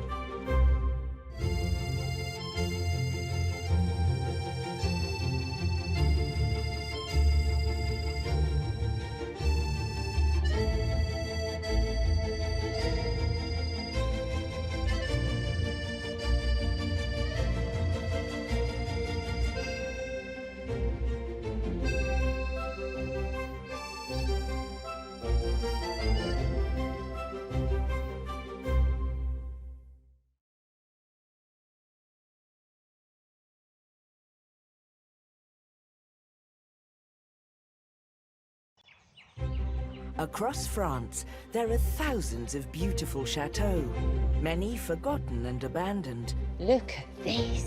Now they're being brought back to life by adventurous Brits. It can only get easier after this, can't it? They're taking on the challenge. It's always fun. To transform these once unloved buildings. It's amazing. Into incredible homes. The feel of the room is lovely. And businesses. There'll be triumphs. Ah, well done. And setbacks. Don't break the door. I know, I know. But however hard the going gets. Got it? All that worry. Panic over. Those who've made the move get to live the dream as custodians of their very own castle. Today, one couple's dream of opening a cavern wine venue comes under pressure. It's a big project and investment, so it has to work and it has to look right. B&B hosts turn detectorists as they try to showcase their chateau's history. You never know, Belinda. This could make us both millionaires. and two artistic friends collaborate on a painting project. Whoops, sorry, I got some in here. Never mind. Sorry.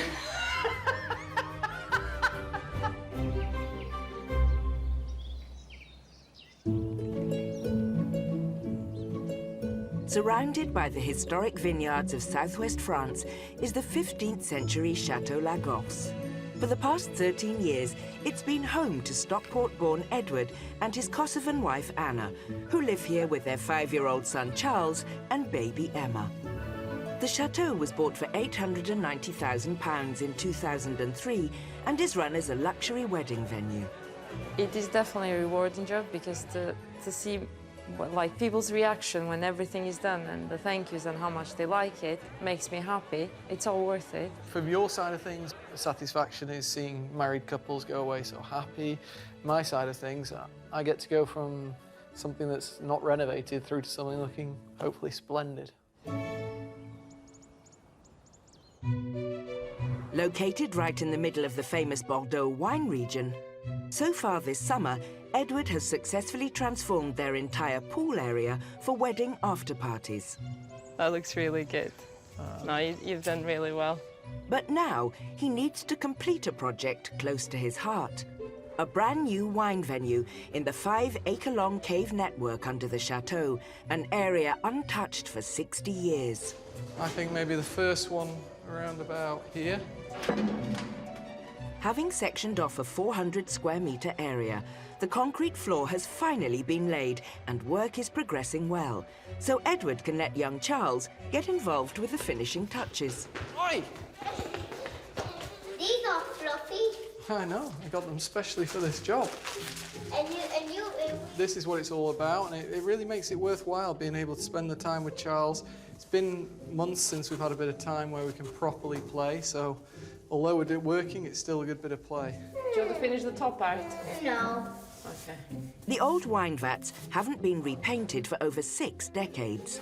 Charles loves to paint, and we have to do this. So it's nice for him to contribute and then to put his little mark on, even at his young age. And then one day he'll come down and he'll be like, Mummy, I did this. It's been a while since I've had a chance to play with Charles and to really spend a bit of time with him. When I've been getting in after work, it's been a bit late, it's dinner, bedtime. So he obviously really, really wants to help and wants to be with me whilst I'm working, which is really, what more could you want from a son, you know? Daddy, how can I reach up there? It's a wonderful way to start passing on some useful skills from father to son. Hold your roller. You want to go higher? He wants to impress him. He wants his daddy to be proud of him and what a good boy he is. Pity, sing Daddy, pity. Like moments like that he will remember forever. But Edward must ensure that the venture proves more than just emotionally rewarding. This has been a fairly large investment. We're talking somewhere getting on towards €20,000. If I can get lots of clients in, get the money back in quickly, then Anna will turn around and say, yeah, you were right. If not, then she's going to turn around and say, we've just wasted a load of money down in the cave. So it's kind of win or lose situation. There's no medium ground. In a bold bid to make some swift returns on the investment, Edward has invited 30 local high rollers to his first wine tasting party in just 4 days' time. But first, along with Chateau helper Cyril, he needs to actually build the bar. So these barrels with the wine poured all over the front, I'm getting these all together hopefully here. There seems to be more than I expected. Et les autres ici. Edward is creating 2 separate service areas, and he's employing a connoisseur's eye for detail. With a few minor adjustments, the serving surface is a perfect fit. We've got enough room there. With luck, the venue and the wine will be to the taste of Edward's discerning guests.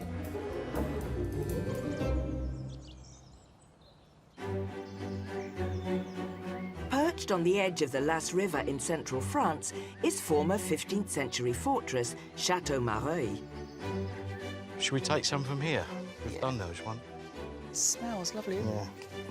Belinda, a former commercial director, and Lee, a lighting designer, bought their medieval chateau 5 years ago for £378,000. I think we've got the best of them. And they've been enjoying the attractions of French country life ever since. We looked at about 15 other chateaux before buying this one. This was, I think, one of the prettiest that we saw. I like the way it's set in this courtyard. It does feel like it's embracing you. It feels homely. Yeah. It's got a character, it's got a life of its own. And a soul. And we're part of that.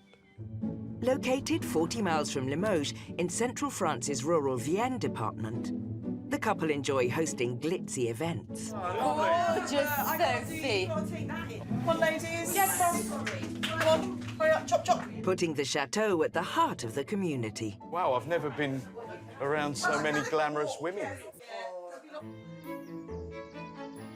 These are the finds I was telling you about. Their next project aims to showcase the estate's long and varied heritage. We think it's very important to keep a record, as much as we can, of the history of what's happened in the past for future generations. Well, that's our job. We're custodians, aren't we? If we don't do that, why else are we here? Ever since moving to the chateau, Lee has collected archaeological artefacts from the grounds and riverside. Look at this. Have you ever seen an animal shoe that size? A tiny shoe, isn't it? That's like a hoof of a goat. But I've never known anyone to put horseshoes on a goat. And then there's this. That, to me, looks like a belt buckle of some kind. Or a shoe buckle. Shoe buckle. Big Size shoe. of it. Yeah, it could be, yeah. But these ones I found just the other week. But it'd be really nice to make a display of them. I think it would be, yeah. I mean, like this, it just looks like a jumble. But if they had a little label under it to explain what it was. Do you fancy doing a bit of metal detecting then? Yeah, why not? 'Cause I think it's ideal. It's not too hot. Sun's out. Might as well and put it to good use, Lee. Because we've... all that money you spent on it. 6 years ago, Lee shelled out £350 on a metal detector. I knew one day this was going to come in handy when I bought it. You never know, Belinda. This could make us both millionaires. The treasure seekers head to the riverbank in the hope of adding to their collection of finds. We're like intrepid explorers. So sort of things I'm looking for is anything metallic and anything flint-based. The flint stuff is normally on the surface. You can literally pick it up. Right. Off you go. Do you manage? Well, I'll pass you this. Yeah. I need to see this working. I need to see the value for money. I've got to confess, I bought the metal detector some years ago, and it's been a source of some ridicule from Belinda because I've used it only once. With technology on his side, Lee could prove unstoppable. It's not turning on. What? It's not turning on. You put the batteries in the right way. It won't turn on. All that money? There's nothing, he's dead. OK. Oh dear. That's a shame, isn't it? I don't know what we can do. Maybe send it away and get it repaired. Or maybe hang it with your artefacts in your display cabinet. A relic. Yesteryear. The worst thing about this is that I've taken a 6 years' worth of ribbing over this from Belinda, and now it doesn't work. I'm never going to hear the end of this. Never.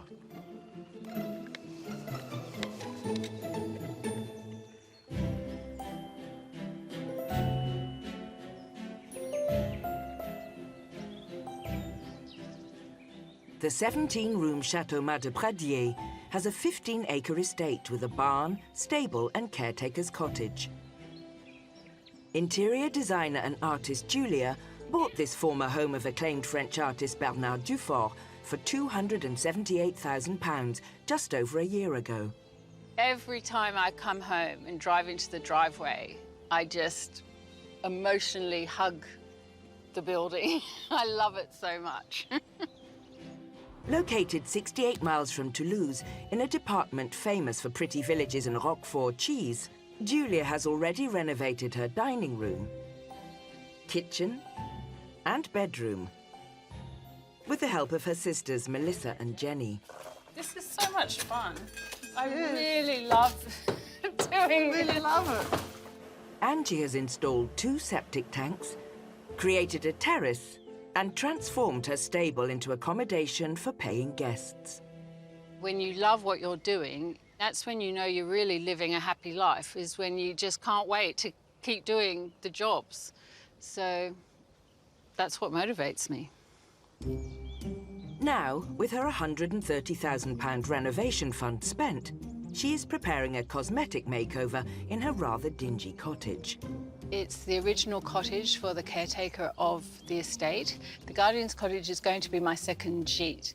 So we've completed the stables and now we're moving on to this one. To help her, Julia's roped in her friend Jane, also an artist who's visiting from Australia. Okay, Jane, this is the Guardian's cottage. Oh, how cute is it? This is going to be the living room. Oof, wow, it's pretty dark in here. How are you going to lighten it up? So we're going to lighten it up by painting the walls white. That is going to help a lot. And we'll just have to use beautiful lamps in bright here. paintings, perhaps. And, yeah, paintings. It's absolutely divine. It's got so much character, but my goodness, there's a lot of work. I don't see it as a lot of work. I always look forward to the fun stuff. I actually enjoy painting and then bringing the furniture in, bringing art pieces in. I find that a lot of fun. Okay, so we'll start by putting down a sheet. The dynamic duo's first task is to paint the living room walls. On my own with a roller doing this room, it would probably take a couple of hours. With Jane, it could probably take all day. It's a good start. On the surface, painting may not seem too challenging, but that doesn't guarantee it'll go smoothly. Now, slow, sweet. Oh, look, we've got about 50 walls to do, so... Well, if you just rush, you're going to get lots of lines in it. It's getting on my face. Why is this happening? Because you're going fast and you're just messy and you don't listen to instruction. Whenever I look at these plain white walls, I'll think of you. You will. Plain Jane, no nonsense. That's me. It may be coming together, but the walls are not the only things covered in paint. I'm sorry, I got some in here. Never mind. Sorry. Didn't mean it. Despite the mishaps, it doesn't take long for Julia and Jane to complete their first wall. Let's have a look. Wow. Oh, doesn't it look so much better? The difference is amazing. It's really brightened it up, hasn't it? Yeah. The friends have made a start, but there's a long way to go before the cottage is ready for paying guests. Across the length and breadth of France, owners who have taken on the challenge of restoring ancient chateaux to new glories are unleashing their own creativity in all kinds of ways. The chateau is like a blank canvas for me. That is looking quite good.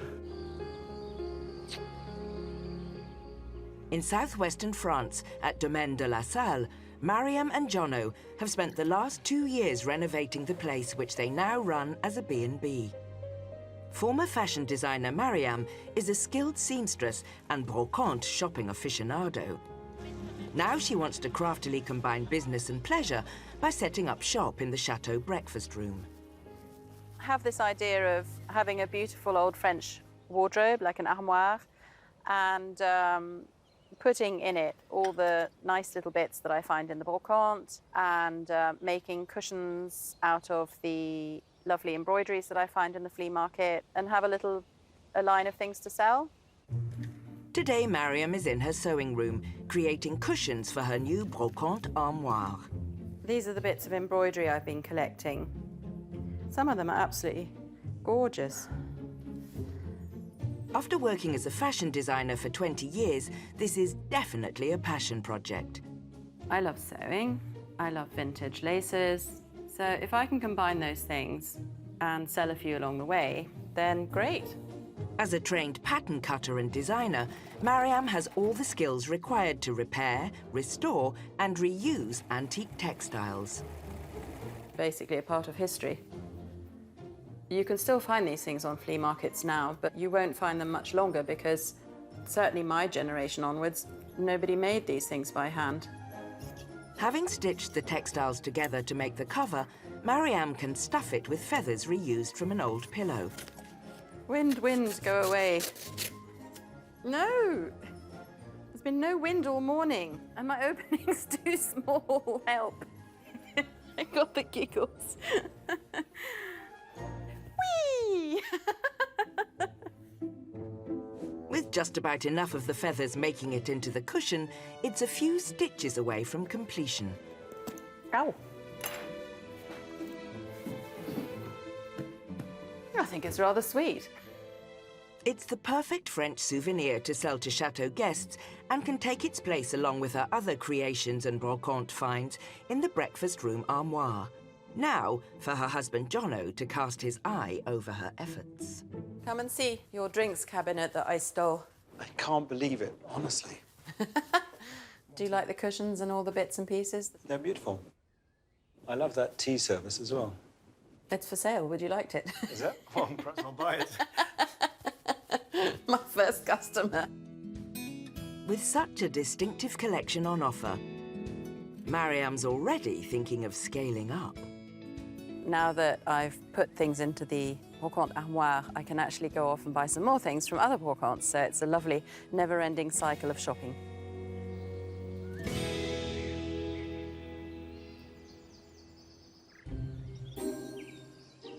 A 100 miles east at Chateau Marais, Belinda and Lee are also brocante shopping in search of a cabinet to showcase the historical artefacts they've found in their grounds. The display case, I'd like to do it because every time we've had guests, they've asked me to sort of talk them through the history of the place, and we invariably end up taking out these finds. It'd be much nicer to have them on permanent exhibition. What have we got in here then? I've been told, and I mustn't be distracted, which is very difficult. Oh, look, there's a chair for me dad. Hey, Belinda. That is genuinely Art Deco, that is. That could go over my desk. We ought to look at this display case. Yeah, Have a this really good display case. We're going to focus. Let's get focused. Cool, look at these fire dogs. Look at these, for candles. They're lovely, we'll have those. Lee? Oh, that's nice. But I don't know anything about the price. 430 euros. 430. It's too much. Oh, look, there's decanters here. They're a bit big for what I want. I'm also looking for some glassware because I've been making my own liqueurs and I want to paint up some glass to use to decant my gin liqueurs into and have them sitting on the side in the bar in our games room. I think that's really nice. Do you think the fly comes as extra? Honestly, I'd have that because that's going to paint up really nicely. Do we get this? For €1. Oh, God. If we could get a Knickerbocker Glory glass or something, because we've got the grandchildren, and I could paint them up like a fairground thing and put ice creams in. Oh, they're the sort of thing. Let's have those. Display case. We must look for a display case. Come on. What's this? It's a sewing box. It's got drawers. That, you could put displays in there. We could line this and line that. I think this is nice. 68. Yeah, we'll take this. Went out for a display case and come back with a sewing box, 2 fire dogs, and a whole gaggle of decanters and rubbish that we bought for €1. Back at the chateau, Lee needs to get his new display case fixed before the arrival of their family, who are visiting from England. I need to, first of all, make a repair to the leg. So I just need to glue that bit together and then use this strap to try and hold it tight while the glue sets. Let's give it a go. Squidge some in now. Right, go on then, ratchet it up then. I can't ratchet it. It won't ratchet. No, it's not working. Who invented these things? They're rubbish. Why don't I just stand here and hold it all day? Misty, their pet terrier, seems unimpressed. Maybe there's a simpler solution. Bungee, much better idea. Right, inside, yes. Turn it up on the other side. Whoa! Ow! Ow. There you go. Do you want me to iron it? No, it's fine. It needs to be rustic. That's nice. Hey, that looks all right. That looks good. I think it should go over there by the door. Mm-hmm. And we have the lid open. Oh, that's a lovely addition. That is much better. And it didn't take that much effort, did it? No, really? it's not a lot of effort to do that. Anything's better than you bringing that plastic box out with your bits and Yeah, I mean, the Tupperware box has had its day. The chateau's history may now have a suitable showcase, but there's still things to do ahead of the arrival of their family from the UK.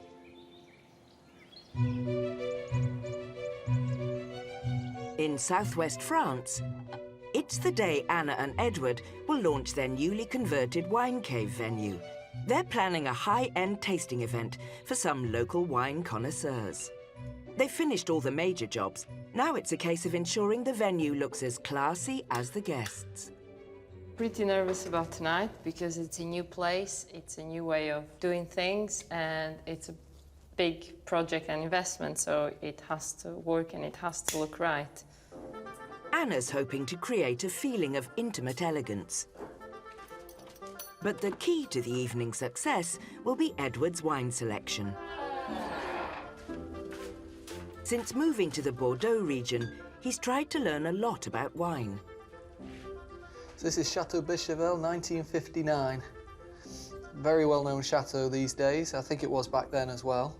1959 is an exceptional year. Edward has been collecting wine for over 10 years, and he will have to draw on all his expertise if he is to meet the exacting demands of his VIP guests. French, obviously from Bordeaux, know everything there is to know about drinking the best wines in Bordeaux. So I have to pull something out that can pass for these people as a decent quality wine. I have hugely expensive wines as well, but that's not the idea. The idea is to show that I have my knowledge to say, right, I'm going to get this wine. It's not the most expensive wine in Bordeaux, but I really like it, and let's see if you like it. Launching a new venture is a serious business, but Edward's adding one playful element to the evening. This is actually a Canadian wine from a friend's winery in Canada. So we're going to see if we can catch the French out, because I can't really teach the French too much about wine, but I thought I could still catch them out with this. And I'm also going to get some of my wedding wine, which is a 2005 Pomerol. These are in magnums, though, so I'll be opening sparingly. 6 months ago, this cave hadn't been touched in 60 years. Now, Edward's transformed it into a stunning wine tasting venue. By putting in ventilation fans, adding lights, and concreting the floor, it's an inviting place to be. Especially as the wine-barreled bar area is tastefully stocked with vintage bottles. I'm really proud with everything that Ed has done with this space. It has come to life. It was a place where I hadn't come before, like in 13 years and a half. I think I'd been down here 3 times, and one of them was just at the entrance, but now it's a beautiful, transformed place. Edward has won over Anna. Let's hope the distinguished guests are equally impressed.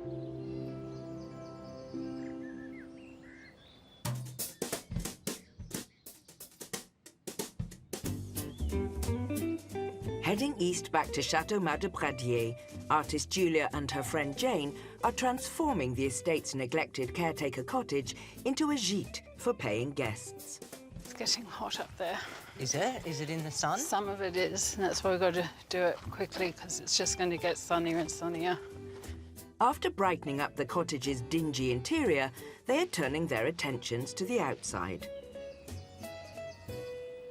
So what I'm planning for the terrace is to have a outdoor dining setting out here, so the guests who are staying in here can eat out here mainly. So we have to start by getting rid of all the weeds, cleaning it, giving it a good sweep before we can make it look pretty again.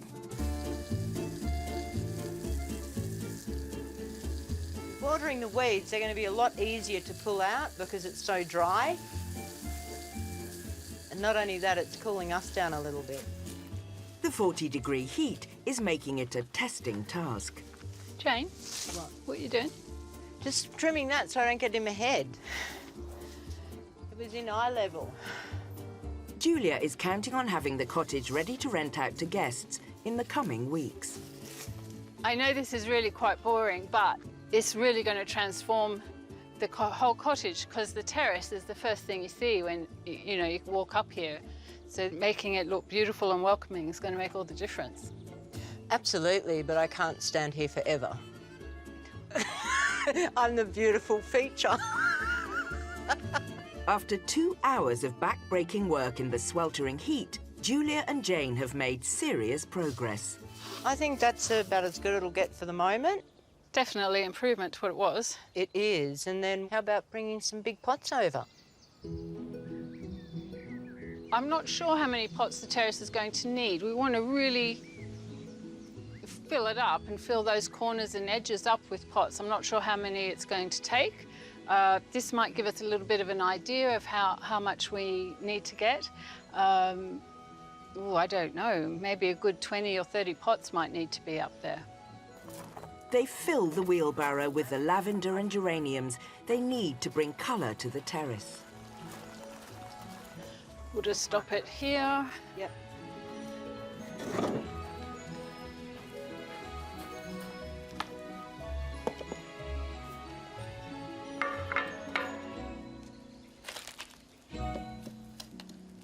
Oh, it's looking good from here. Gorgeous. It's a nice little welcome at the front door. Bit of colour. Looks fabulous. The addition of some outdoor furniture finishes the setting.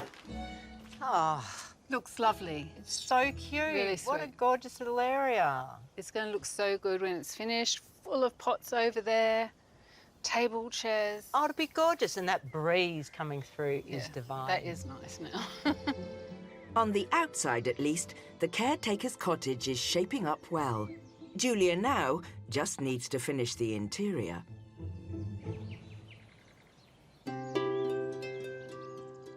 135 miles north at Chateau Mareuil, Lee is preparing to upcycle the glassware he and Belinda picked up at the Brocante.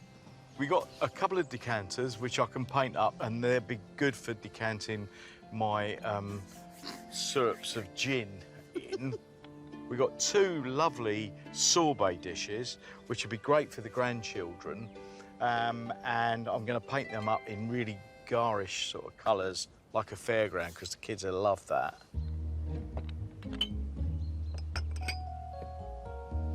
First thing I want to do is try and draw on with one of these glass pens a design, and then fill the design in with the paint. What I'm doing is using the brush strokes to suggest the shape of the fruit.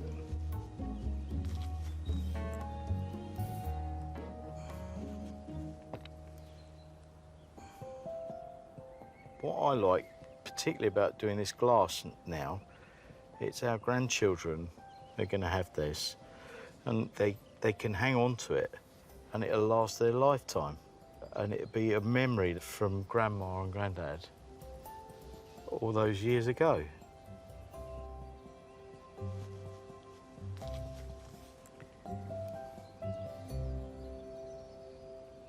Look at that. A thing of beauty. Oh, yes. So what do you think? They're lovely. The kids are going to love having an ice cream out of those, don't you think? That's fun. They're fun. It's been 8 months since the last time the family were together.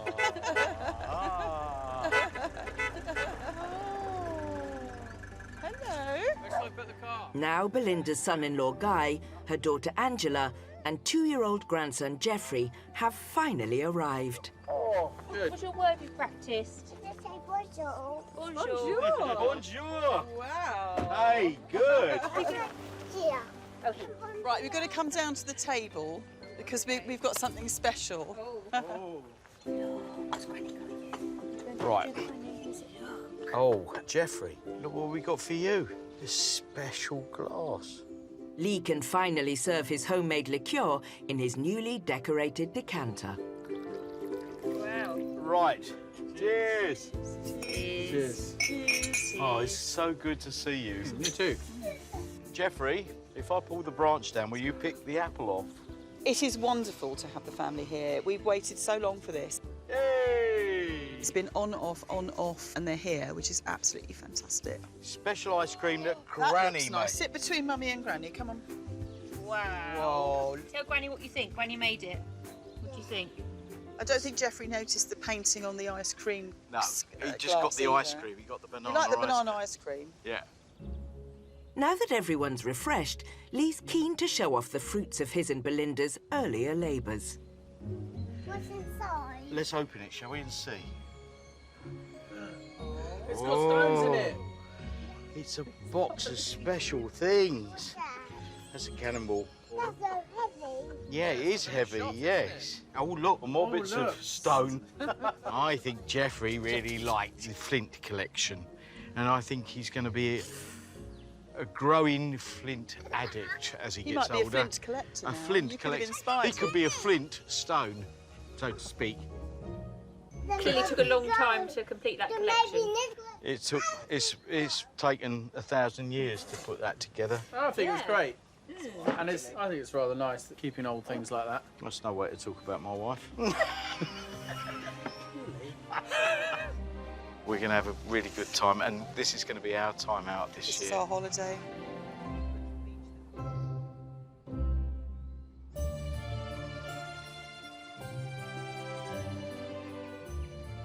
At Chateau de Pradier, Aussie artist Julia and her sculptor friend Jane are renovating the estate's caretaker cottage.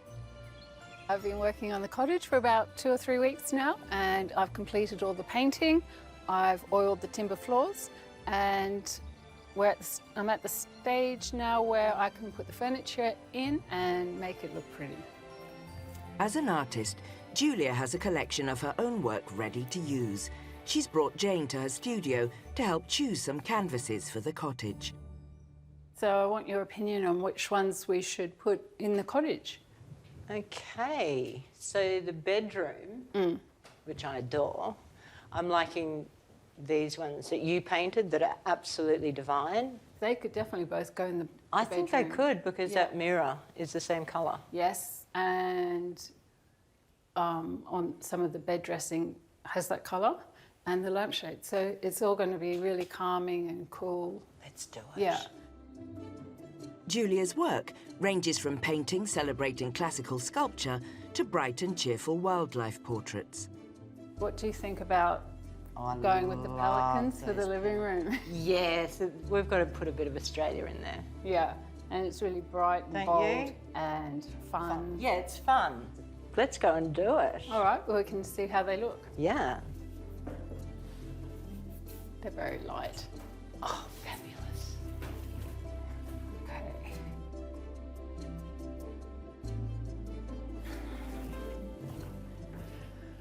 Okay. Oh, it's hot.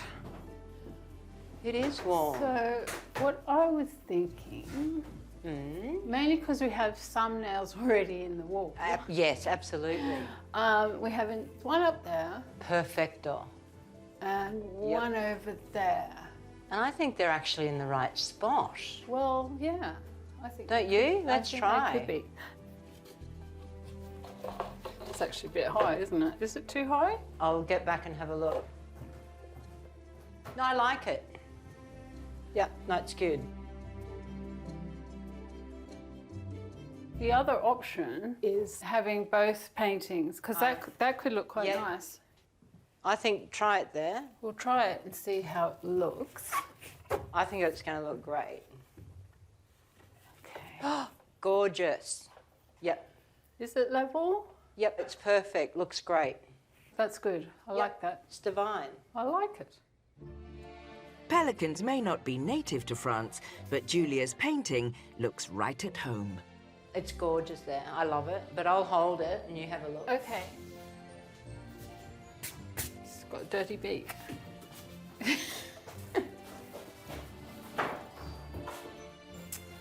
yeah, it's very cute. How divine. It looks good there, it's very cheerful. Yeah, I love it. It's taken a while to get here, but now Julia can enjoy the bit she likes best, making it pretty. It's a very elegant, very inviting bed. It is. Those colours and the mirror, everything goes back to this mirror because the mirror is an original piece from the cottage. And I loved being able to keep something original from each room I've worked in. I've done that through the chateau. Would you be happy to stay here? I'd be so happy to stay here. All that's left to do now are the finishing touches. Stunning. Beautiful.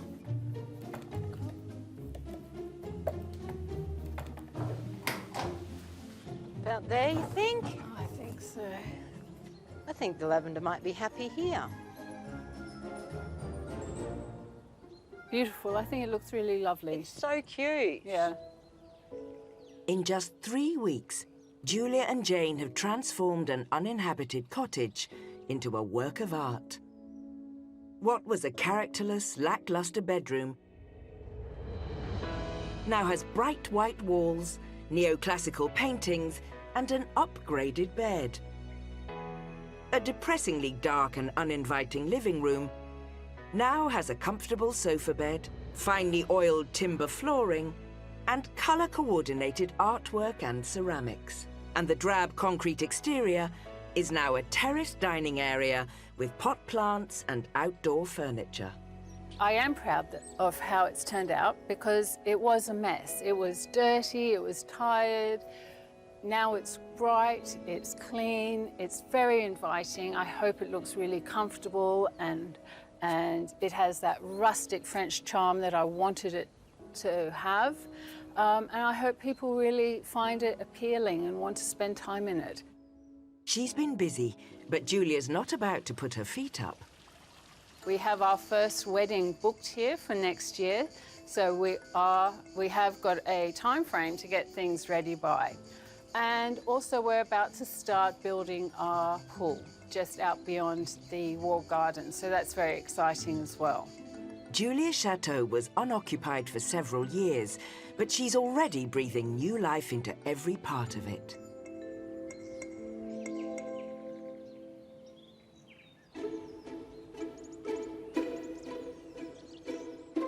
Over in the famous wine region of Bordeaux, Anna and Edward's prestigious guests are arriving for the inaugural wine tasting event in their underground cave.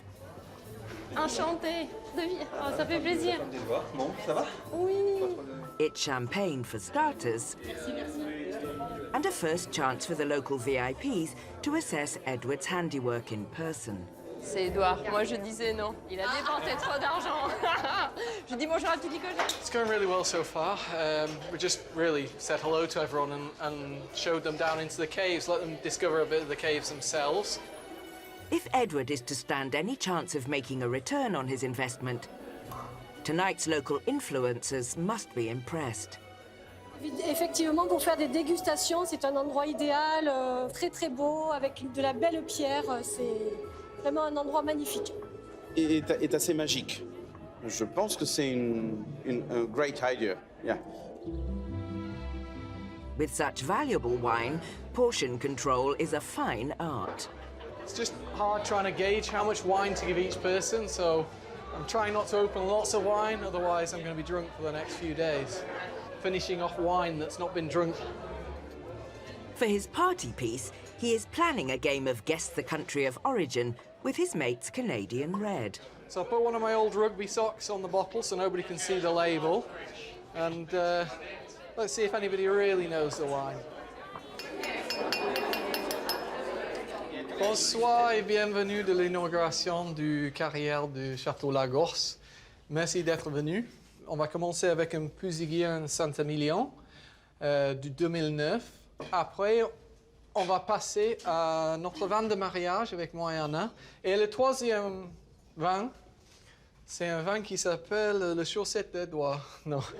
En fait, j'ai caché l'étiquette parce que je veux jouer un jeu. Donc là, j'aimerais bien de voir si quelqu'un trouve quel cépage. Et s'il y a quelqu'un qui trouve exactement ce que c'est, ben, il y a quelques bouteilles que je vais donner à du monde. it is essential that the connoisseurs appreciate Edward's wine selection. C'est Chateau Branda. It certainly appears to be going down well. We're going to see who's very quick at drinking and who's, taking the time. But his mystery wine seems to have left the guests flummoxed. Alors, on a des idées? Ça pourrait être du cidre. C'est intéressant. It's from Malta. No. None of the experts guessed it was Canadian, so maybe Edward can introduce Bordeaux's best to something new. Done an incredible job, and I think this will be really a big asset. Et vraiment un travail très bien fait par Edward et Anna. Bravo à eux.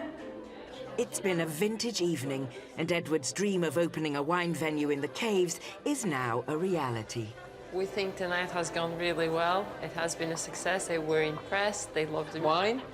I think they were in awe of the whole place, They like the fact that we're in a cave because it was special for even people in Bordeaux. It's really special. I'm really proud of Ed and what he's done with the caves. The hard work has paid off. They look spectacular. I think this bodes really well with the future and what we're hoping to do here. I can see people coming in here, having wine tasting, maybe some food, enjoying, and who knows, maybe some parties here.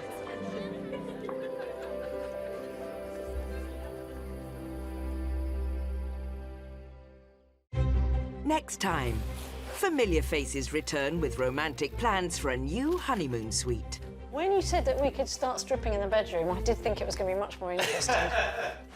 New chateau shoppers start the search for their dream French manor. Oh, the bathroom is hidden behind the wallpaper door. And luxury wedding hosts battle the elements. Within 2 minutes, we got rain and everything got drenched, especially the top table. So pretty worried, actually.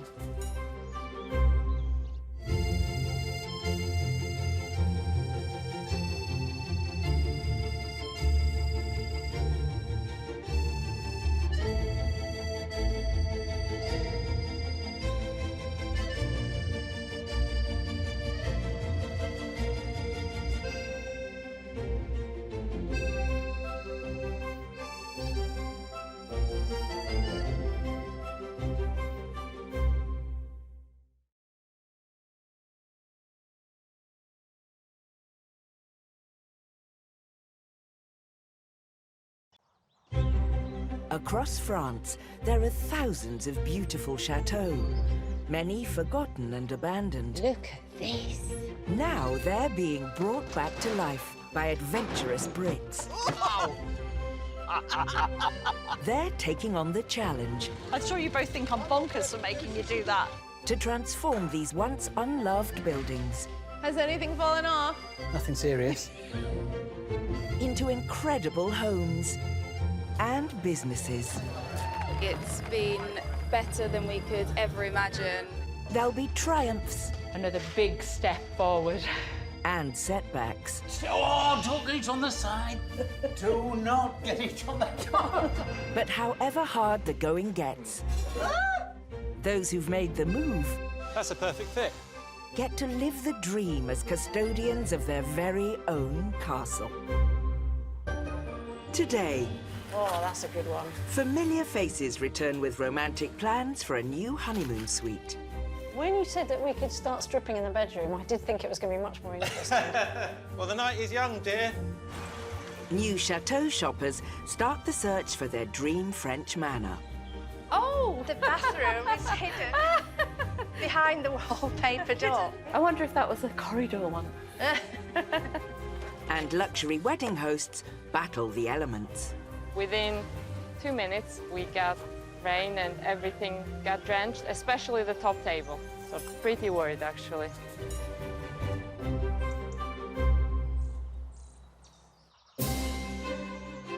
The elegant 19th century Chateau La Grande Maison has 45 rooms, set in 3 acres of woodland on the banks of the River Dive. Bought 9 years ago by musicians Ben and Billy from Brighton, they initially ran it as a boutique B&B. But over the last 2 years, they've been expanding the business to host luxury events. A chateau life is pretty special. But we've worked solidly to get to this point. I mean, we've never let a season go by without trying to evolve into the next chapter and the next chapter. Located a stone's throw from the Loire Valley, last time we saw them, they added chateau quality glamping to their accommodations. I'm going to live here now. How lovely is that? Now they're looking to take the wedding side of the business to the next level, with an opulent new offering for the bride and groom. Our big project is the honeymoon suite. The main room is obviously the bedroom itself, which we've got lots of plans for, including a lovely chateau bed. And then the other big feature is we're going to do a luxury jacuzzi bathroom just off the honeymoon suite. That's going to create a space that we didn't have before, which is a really premium, luxury, romantic suite. It's going to be about being very pampered, really. So perfect for lovers. Yeah. Perfect for couples. Maybe we'll have a date. Play your cards right. Ben and Billy are aiming for a really high-end finish to both rooms, so this renovation is going to be a major job. Their most ambitious plans are for the bathroom, which Ben and his mate, also called Ben, have completely gutted. And typically for a 170-year-old chateau, that's uncovered a problem. We've measured the floor and the walls are out in every corner. Basically, we haven't got a single 90-degree corner in the whole room. So what we're going to have to do is build a kind of room within a room out of metal studwork to give us nice 90-degree corners, just so we don't have disappearing angles when it comes to tiles and things like that. But before they can deal with the wonky walls, they need to put up a false ceiling, and they've got just the tool to give them straight lines.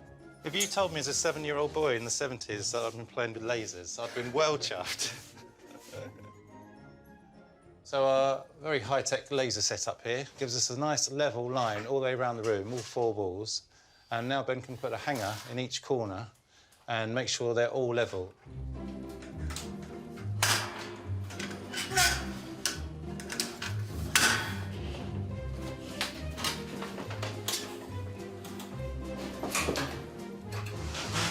As the new ceiling goes up, Ben's taking the opportunity to improve on what was originally there. One of the things you need to do in an old building like this is that every opportunity, every time you make a void anywhere, just fill it full of insulation. It's a big room, we don't want to waste any heat through the ceiling. The window's nice and double glazed, so it should be nice and efficient in here.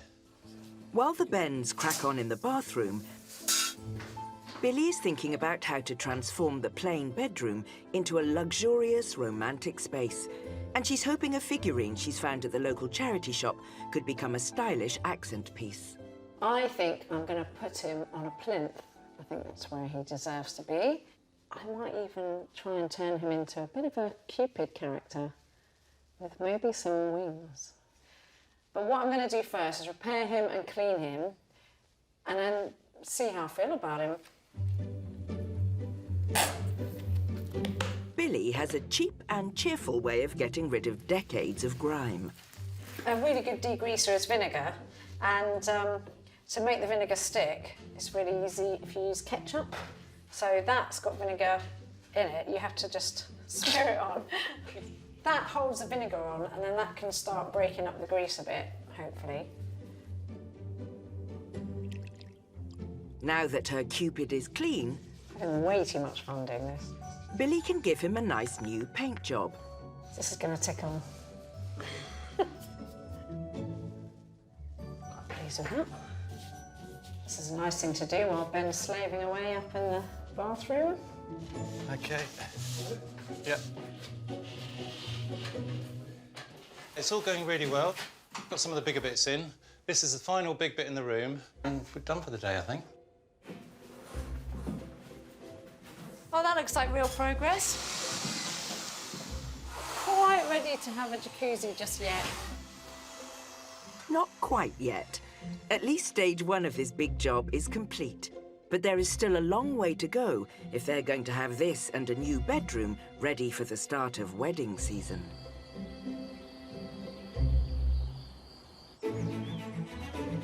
Hundreds of chateaux, all over France are in need of new owners and loving restoration. Luckily, there's no shortage of Brits keen to cross the channel to make a castle not just their home, but also their business. Meet interior designer Lydia and her husband, software company owner Gary, who want to up sticks from Kent to live the dream in the French countryside. What is there not to like about France, to be honest? I mean, the language is such a romantic language in itself. The cuisine, the wines, the general joie de vivre is a perfect recipe for, you know, the rest of our lives, really. And this couple's most important ingredient is their new home. I love old buildings, I love original features. I would love a chateau with dated glamour. It also needs to work as a business, and they're not short of ideas. Definitely bed and breakfast, definitely some events. I mean, we have thought about doing weddings. And Lydia has plans to cater for some four-legged guests too. I believe donkeys are really overlooked, so we also want to run a donkey sanctuary, and we know that it might not be a great big money earner, but it's just a lovely idea. So with plenty of land and outbuildings on the wish list, a budget of €700,000, around £600,000, and driving their own piece of French history, the search is on. They're kicking it off in the Nouvelle-Aquitaine region, 60 miles southeast of Bordeaux, at 19th century Chateau La Gazaille. Amazing! Le beau chateau! Let's see inside. Built in 1850, this grand pile offers 17 rooms spread over 4 floors. It's surrounded by nearly 20 acres of land and is on the market for €685,000, comfortably within Lydia and Gary's budget. Oh, very imposing, isn't it? Wow! I love the balcony. Look at this! I love that balcony. So do I. You can sing to me up there, can't you? Like You can sing. They're meeting estate agent Anne for a guided tour. Welcome to La Gazaille. I'm Very Gary. nice to see you. Nice to see you. Come on and I'll show you into the Thank you very reception. much. The chateau is already running as an established guest house and could start earning the couple an income straight away. Oh, wow. So you've got the old original tiles on the floor. It was an old maison de maître, a landowner's house, so Yeah, it there's looks like it a would lot have of been, the yeah. old features are still left in place. Impressed already, I've only just walked in. There are plenty more period features to please Lydia. OK, this is coming into the breakfast room. We've got a marble fireplace in here. We've got the lovely old parquet floor, flooring. which is really nice. Is this original as well? This is original, yeah, and the panelling on the wall. What year is this? 1850. 1850. Across the hall, the spacious dining room has also been sympathetically refurbished. It's got really nice old floors. Yes, I like the ceiling rose. That's very impressive. It is lovely, yeah. And what's that interesting little cupboard over there? That would have been a serving hatch. Interesting. That would have been from the olden days, because behind here you've got the kitchens and the storage areas, so they would have served through here into the dining room. that makes it You can serve my dinner through there, can't I shall do. Yeah. We shall Yeah. get that functioning. Next, Lydia and Gary are keen to investigate the bedrooms. Oh, I love these stairs. Spread over the first and second floors, there are 12 in total, 5 of which are let to guests at an average cost of £63 a night. This is the Soleil this is suite. nice. The Soleil suite. Lovely. East side again, so you've got 3 windows, lots of light. You're looking over the pool, onto the riverside. Nice park. That's really lovely, isn't it? Yeah, this is It's lovely. it's a lovely room. This is really lovely. Yeah. I think this would be my room. I don't know where you're sleeping. All the bathrooms have been newly refitted, potentially saving Lydia and Gary thousands. And while most of the bedrooms have clearly been modernised, at least one is still very traditional in character. This one is called the Suite, Le Suite. Very French with its wallpaper, but as well, it has a feature here. Oh! The bathroom is hidden behind the wallpaper door. Okay. I wonder if that was a corridor one. You've 2 doors here going out onto a little balcony all the way across at the front. Oh, look at this. Come and have a look. Oh, yes. This is where you can sing to me, see? Fantastic. I like this one. Yeah, I do like this one. It's lovely. It seems the interiors have won over Lydia and Gary. But for it to work as an events business and animal sanctuary too, the chateau will need more than just nice bedrooms. This is the impressive 15th century Chateau Lagos. It has 22 bedrooms and is surrounded by rolling vineyards. The lucky residents are Stockport-born Edward, his Kosovan wife Anna, and their children Charles and one-year-old baby Emma. Since taking it over, the chateau has been run as a luxury wedding venue. For us, it is important for the wedding to be exceptional and to be exactly what the couple wants. So the wedding industry is a cutthroat business, and you really have to be at the top of your game to actually be successful.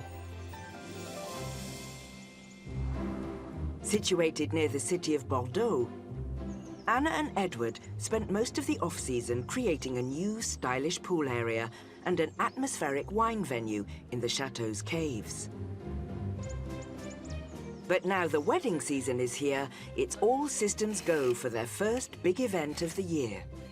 We have been working non-stop. I am a bit rusty and a bit tired and a bit not used to pretty much running around. So more coffee and hopefully a bit more, maybe an energy drink to keep me going.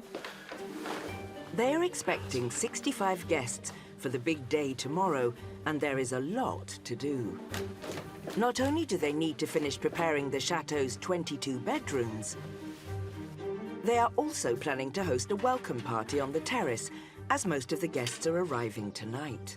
And because of all the bed making, my back is in pain now. And the day is not finished yet.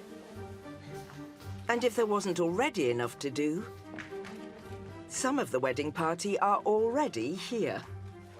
Hi, how you doing? Finally! While Anna helps them settle in, Edward's at the back of the chateau with an urgent problem to tackle. The sewage pipework is in danger of wafting unwanted odours from the septic tank towards the terrace during tonight's party.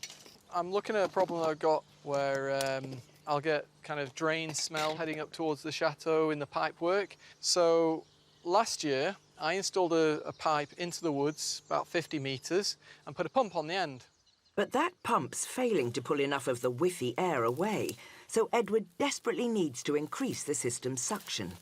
So today, I'm fitting a pump right at the start, so there's no way in this world that smells can go up towards the chateau. With the wedding welcome reception in just a couple of hours' time, it's a good job Edward has a nose for the job. Whew. Oh, there. OK. So, want the arrow going away from the tank? The pump costs just £60 and needs to be fitted with strong glue. That's the glue, not the tank. Better out than in. Pump in. It's just a matter of wiring it up and hoping it solves the problem. OK. The last thing anybody wants is a drain smell at a wedding. Don't even want a little whiff of this anywhere near a wedding, so I'm going to run and put that on. With power coming from the nearby outbuildings, this is the test of Edward's handiwork. Hear it moving. Oh, come on. Oh, yeah. Oh, it's a silent pump. I went all out this time and got a silent pump. OK. There's just one last thing to check, and that's to see if the offending odours are being successfully sucked deep into the woods. Oh, that's... Oh. It's working. Oof. Oh. That is working extremely well. I got within about 3 metres and it was stinky. Thankfully, it's mission accomplished. So, the glamorous side of living in a chateau.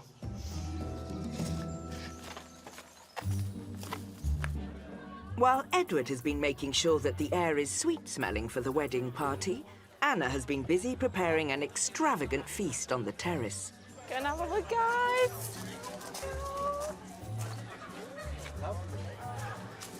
Thank Thank you for being so sweet.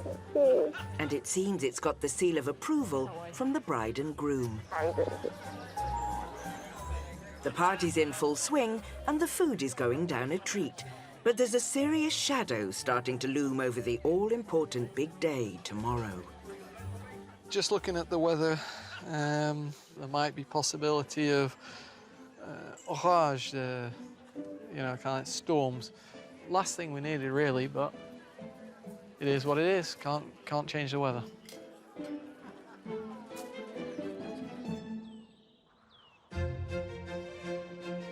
Half an hour south of the Loire Valley, Ben and Billy are taking a break from DIY. At the magnificent Chateau d'Oiron, they're looking for inspiration for their new honeymoon suite, which they want to be their most opulent yet. Billy's brought her sketchbook. I brought my camera. We want to kind of capture a few images that we can use as part of a mood board for the whole project. The 16th century chateau was once the prestigious home of notable French dignitaries. Oh, it's always nice, isn't it? Wow. A couple of centuries later, it gradually fell into disrepair until the government rescued it in 1941 and later opened it to the public as a museum. That is just unbelievable. The room they're most keen to see is known as the King's Suite. Oh, wow. Got bedroom envy. This sumptuous suite is rumoured to have been built for the extravagant King Louis XIV when this was the home of one of his mistresses, Madame de Montespan. You'd never want to get out of bed if you're looking up at Room fit for a king. Yeah, absolutely. Wow. Blue and gold and cherubs. Above it all. There's quite a lot of flesh on display up there, isn't there, Ben? With room after room of Renaissance frescoes and 17th century blue and gold wood panelling, there's no shortage of stunningly opulent features to inspire the couple. Wow. What a space. Look at that. Oh, it's incredible. Wow. You know when they say something's jaw-dropping, my Yeah. jaw actually dropped. Wow. The challenge will be scaling the look down to fit their considerably more modest chateau and budget. And we could look for frames similar to that with a motif at the top. Yeah. I think we could do that, Billy. Great. Great, great, great. It's certainly inspiring. The royal blue again, leaf motifs, gold edgings on things. Coming here has been really inspirational, and I think we can take a lot of ideas away from here. And I think it's going to be a great, worthwhile day, I think.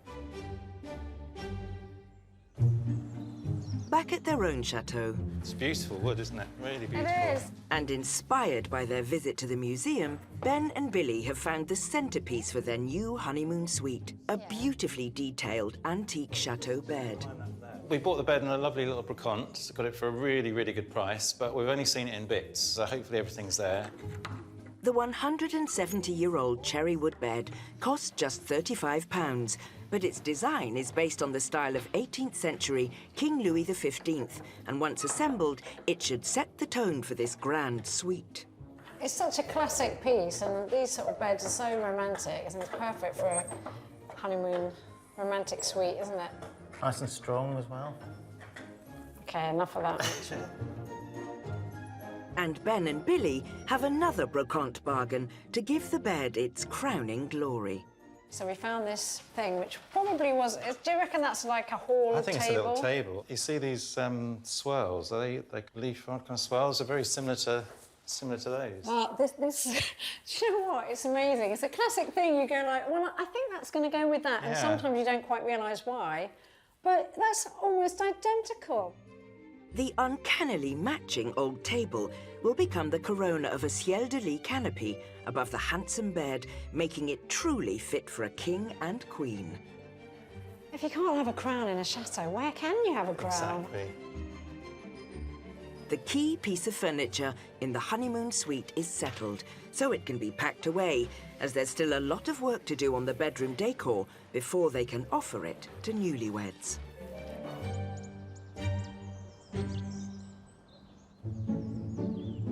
Back in the southwestern Nouvelle-Aquitaine region, Kent couple Lydia and Gary are continuing their hunt for their dream home with a budget of €700,000.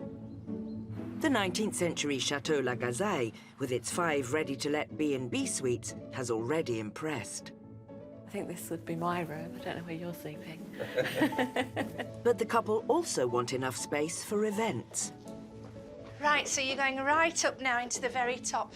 This is a bit that's not been renovated as yet. This is an excellent space. Oh, wow. Because look, you've got all your lovely round windows. Look at this.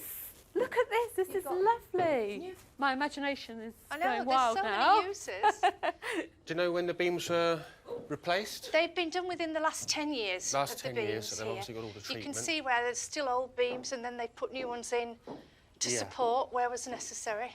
But the structure looks really good, doesn't it? The structure's absolutely fine. Yeah, and you've got these you can lovely see it's stone. very strong. It looks very strong. Once refurbished, this flexible top floor space could be a perfect venue for small events. I love this space. Love it. Good. Good, good. Definitely one to think about, this room. But to host weddings, they'll need more than a spacious attic.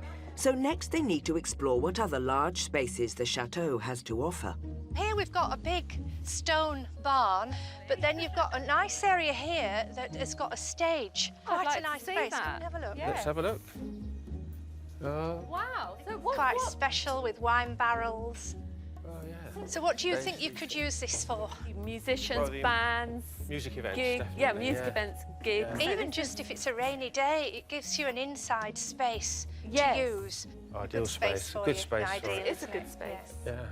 But there's one important thing they still need to know. Is there room for a donkey sanctuary for Lydia? We've seen quite a bit of land visible to the eye. Where does it extend? How far does it extend? How many hectares? Well, there's actually 7.8 hectares of land here. And it's all flat land and it's all enclosed. So for your donkeys, it would be absolutely perfect. Yes. Down beyond the gardens and the orchard, there's a huge flat field. Down there. 7.8 hectares is around 10 football pitches. Plenty of space for donkeys. Nice to meet you. Nice to meet you. This chateau has certainly given Lydia and Gary food for thought. It's in our budget.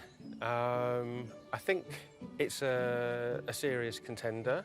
Yeah, it ticks a lot of boxes. I definitely think that we would give it some consideration. It's been a very positive first viewing, but the next chateau on the list could throw a cat among the pigeons.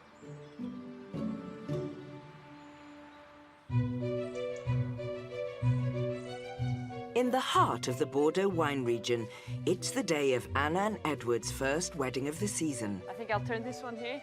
But one of several rainstorms forecast for the area has already caused havoc with the preparations. We set up all the tables with the tablecloths, with the name tags, and within 2 minutes, blue sky, no warning, we got rain and everything got drenched, especially the top table. So we're changing the tablecloths because everything has to look right. The wedding is due to start in just 2 hours. And rain clouds can quickly sweep in again from the nearby Atlantic coast. Bride-to-be Louise is refusing to let it dampen her spirits. It was a bit worrying, but I trusted Anna. She said the weather would be fine, so the sun's out. So, yeah, just need to get ready. There is hardly a cloud in the sky now, but a second downpour would spell disaster.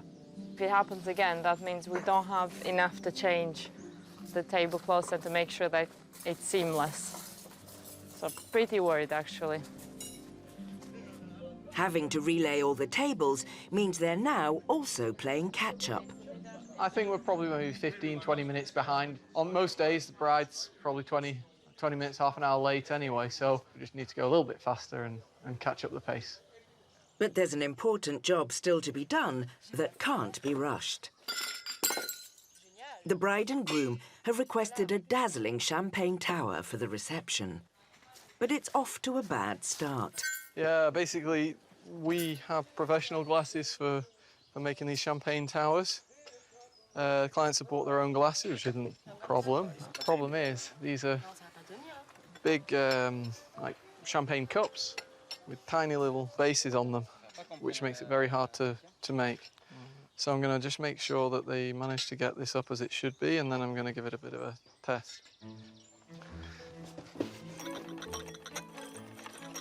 I think once it's well placed, it should be all right. It's just going to make our job a little bit harder. Anna has her doubts.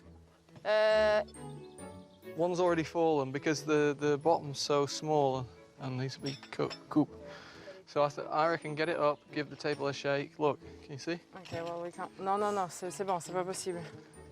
We'll get other glasses. We can't do it with these ones because it was the bride's cousin that gifted them to her, but it's not possible. They need to be a certain type, and this isn't the type.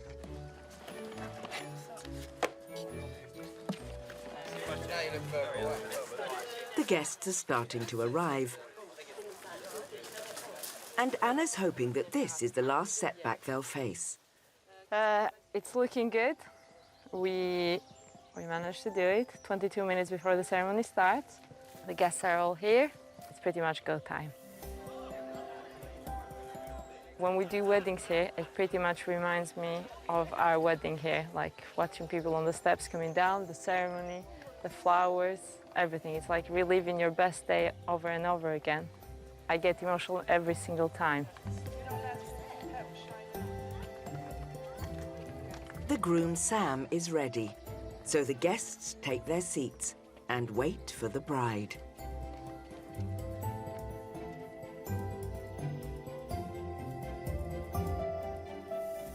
Finally got here, first wedding, you know. Emotional. Yeah. It makes us feel emotional.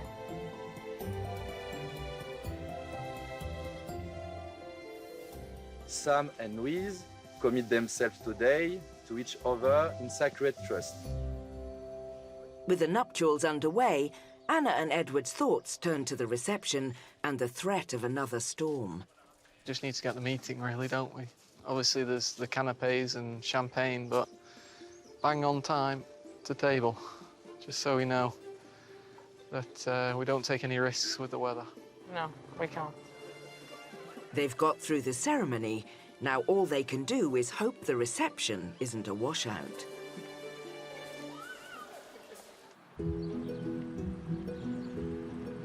"45 miles away, between Bordeaux and Toulouse, Lydia and Gary are continuing the search for their dream French home.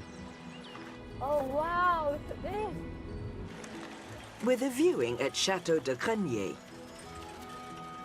They're looking for a property with business potential for B&B, events, and space for a donkey sanctuary. Ooh, Look at the ornate window at the top. Yeah, I love that. Look at that across there, that is amazing. This grand 18th century home has 12 bedrooms and 16 acres of parkland. Look at the Building, ground. so much scope there. What is that I'm really building? keen to see what that is, because that's really interesting. But at €780,000, it's 80,000 over budget, so we'll need to really pack a punch to convince Lydia and Gary it's the place for them. Bonjour. Bonjour, nice to meet you. Nice to Bonjour, meet you. monsieur. Owner Patrice and agent Sylvie are here to show them around. Oh, wow. Oh, wow, this is... This is Whoa. lovely. This is a charming little entrance hall, isn't it? Now we are going to the dining room. The carefully restored ground floor rooms all flow off the central hallway and offer stunning views across the gardens. Oh, c'est très joli, cette pièce. Look at the terrace. C'est salle à manger. Salle à The manger. view is magnifique. Look at the fireplace. It's lovely. J'aime bien la lumière. C'est, oui, oui, Oui. c'est très, très... The high price of this chateau would limit Lydia and Gary's renovation budget, so it's a big bonus these rooms are in such good condition. Oh, this is nice, isn't it? It's where all the work gets done. The working fireplace, c'est très joli. And the tiles, look at the tiles. Very cosy for a big house, isn't it? It's very cosy. Next, they need to investigate the B&B potential, so it's upstairs to the first floor. There are 4 bedrooms on this floor. And these are for bed and breakfast, for For the chambre Yeah, d'hôte. chambre d'hôtes. Well, the first one, overlooking This is lovely. on the park. Look at this. This is a nice bright room again, lovely and bright. Wow, isn't it? And this room have air conditioning. I love this space because, you know, it has built-in storage and the double aspect, the view, the marble fireplace. What is there not to like? It's just a general ambience. I would love to stay here myself. Like at the first chateau, an established B&B business means the couple could start earning straight away. Guests here pay an average £112 a night, almost twice the rate at Chateau La Gazaille. So there's a lot to weigh up. Oh my goodness, 2 sinks. His and hers. Again, nice and light, beautiful views. C'est très joli. Very nice. I love I like this one. Yeah. This place may tick their B&B box, but it's well over budget, and Lydia and Gary are yet to see whether it delivers for events or for donkeys.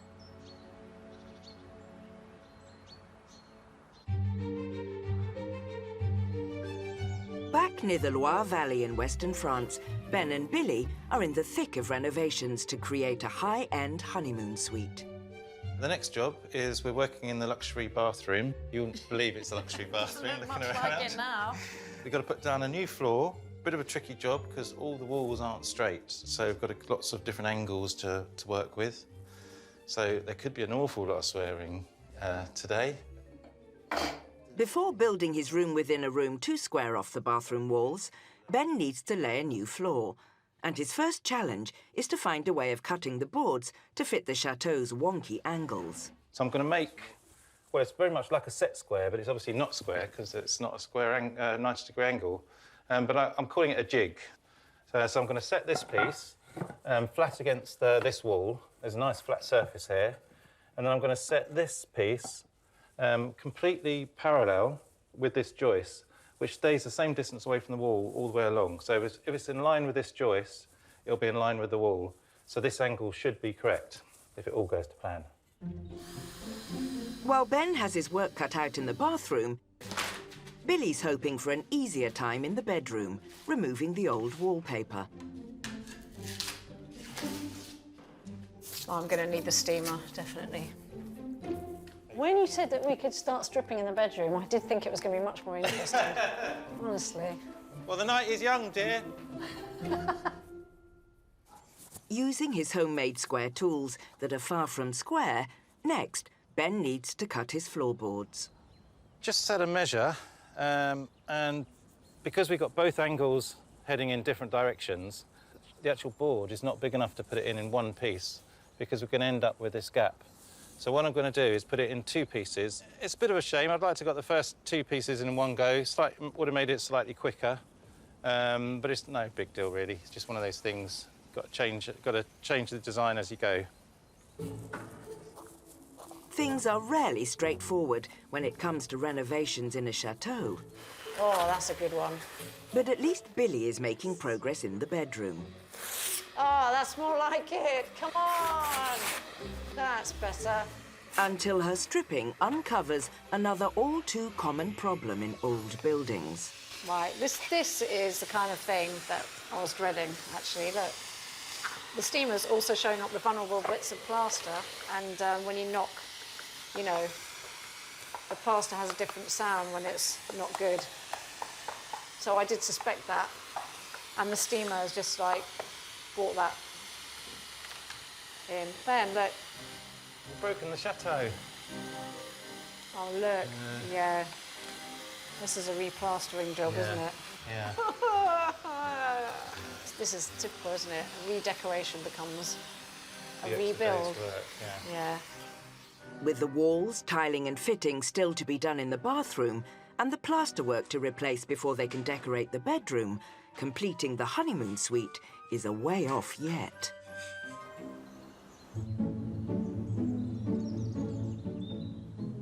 An hour southeast of Bordeaux, Lydia and Gary are viewing the fully restored 18th century Chateau de Grenier, set in 16 acres of land. It's an established B&B that's already impressed. Donc la terrasse. Look at this terrace. Oh, La terrasse. Oh, wow. Oh, this is so nice. Well, can you imagine ourselves sitting here with a glass of wine? Glass of wine. after we've put on an Nice event or barbecue something. going. But at €80,000 over their budget, this property needs something extra. This looks very interesting. After you. Oh, wow. The workshop. Oh, it's tidier than a workshop. It's more like a gallery. This is really lovely space, isn't it? We could have a wide variety of uses. Once a coach house and stables, this fully converted exhibition space is perfect for events, and interior designer Lydia has spotted even more earning potential. You could use this as an interior design workshop, but also it can make a really good gîte. Yeah, it could. You could sort of divide it. I mean, it's huge. Food for thought. I'm getting lots of inspiration. Yeah. Time has run out on this trip across the Channel, but Lydia and Gary will be returning home with lots to consider. A few months later and back in Kent, travel restrictions have meant Lydia and Gary have been unable to return to France, so they're continuing their search for the perfect chateau online. Look at that potential. I mean, that is so ornate. Yeah. Nice little archway through there. And they've had time to reflect on the two they visited. Chateau DIY, that was an impressive chateau. I really liked it.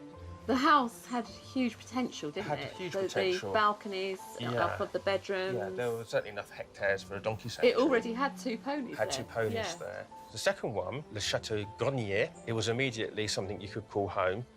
The interior of that chateau had been done out to a fantastic degree.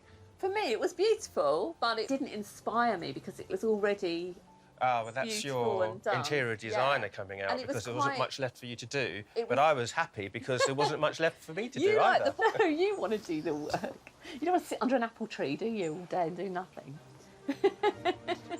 But something they are both in agreement on is returning to France as soon as they can. We definitely do need to see more chateaux. Yeah, I think it's easy to get carried away with what we've seen, be blown away by that. But we do need to ensure that, if you're going to make this decision, that it's the right decision in the right chateau, in the right place.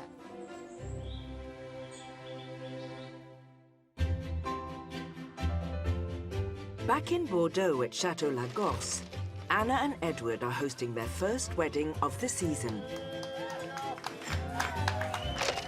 So far, the rain has held off, and with a happy couple hitched, the party can begin.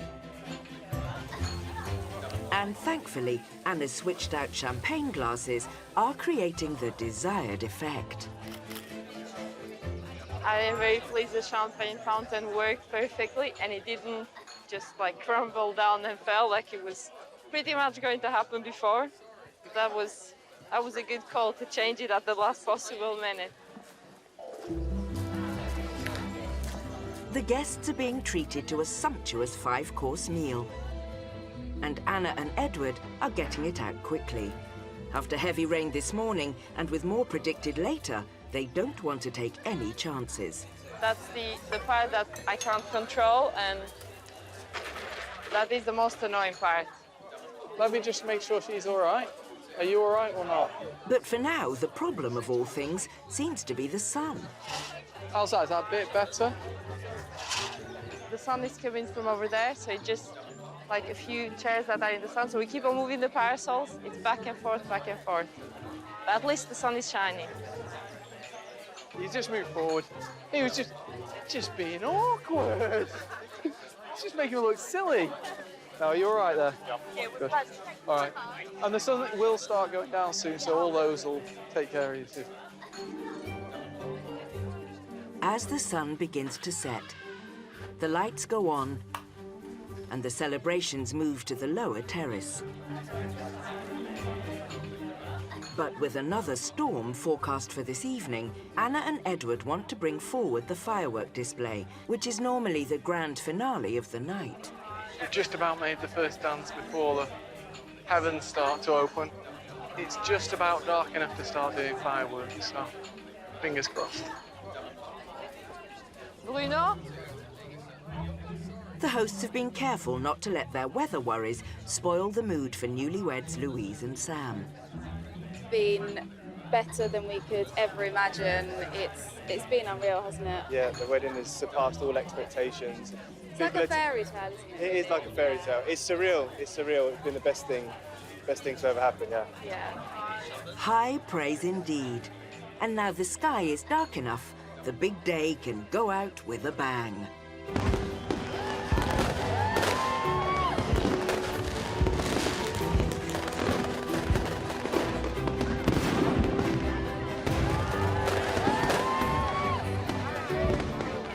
It's a huge relief for Anna and Edward. We think it went really well. We were worried. We battled pretty much all the elements today.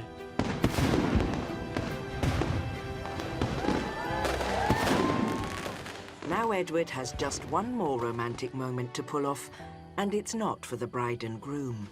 Anna, I've got you a little surprise. Come on, come and sit down. You worked really hard today, and we never celebrated our wedding anniversary, so let's have a glass of champagne.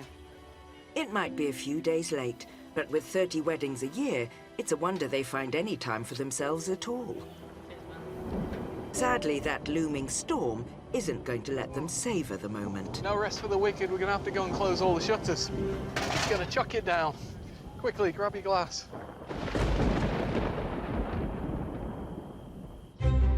Next time. Go round me, go round me. The end is in sight for Ben and Billy's honeymoon suite. Yeah, I've got it, I've got it, I've got it.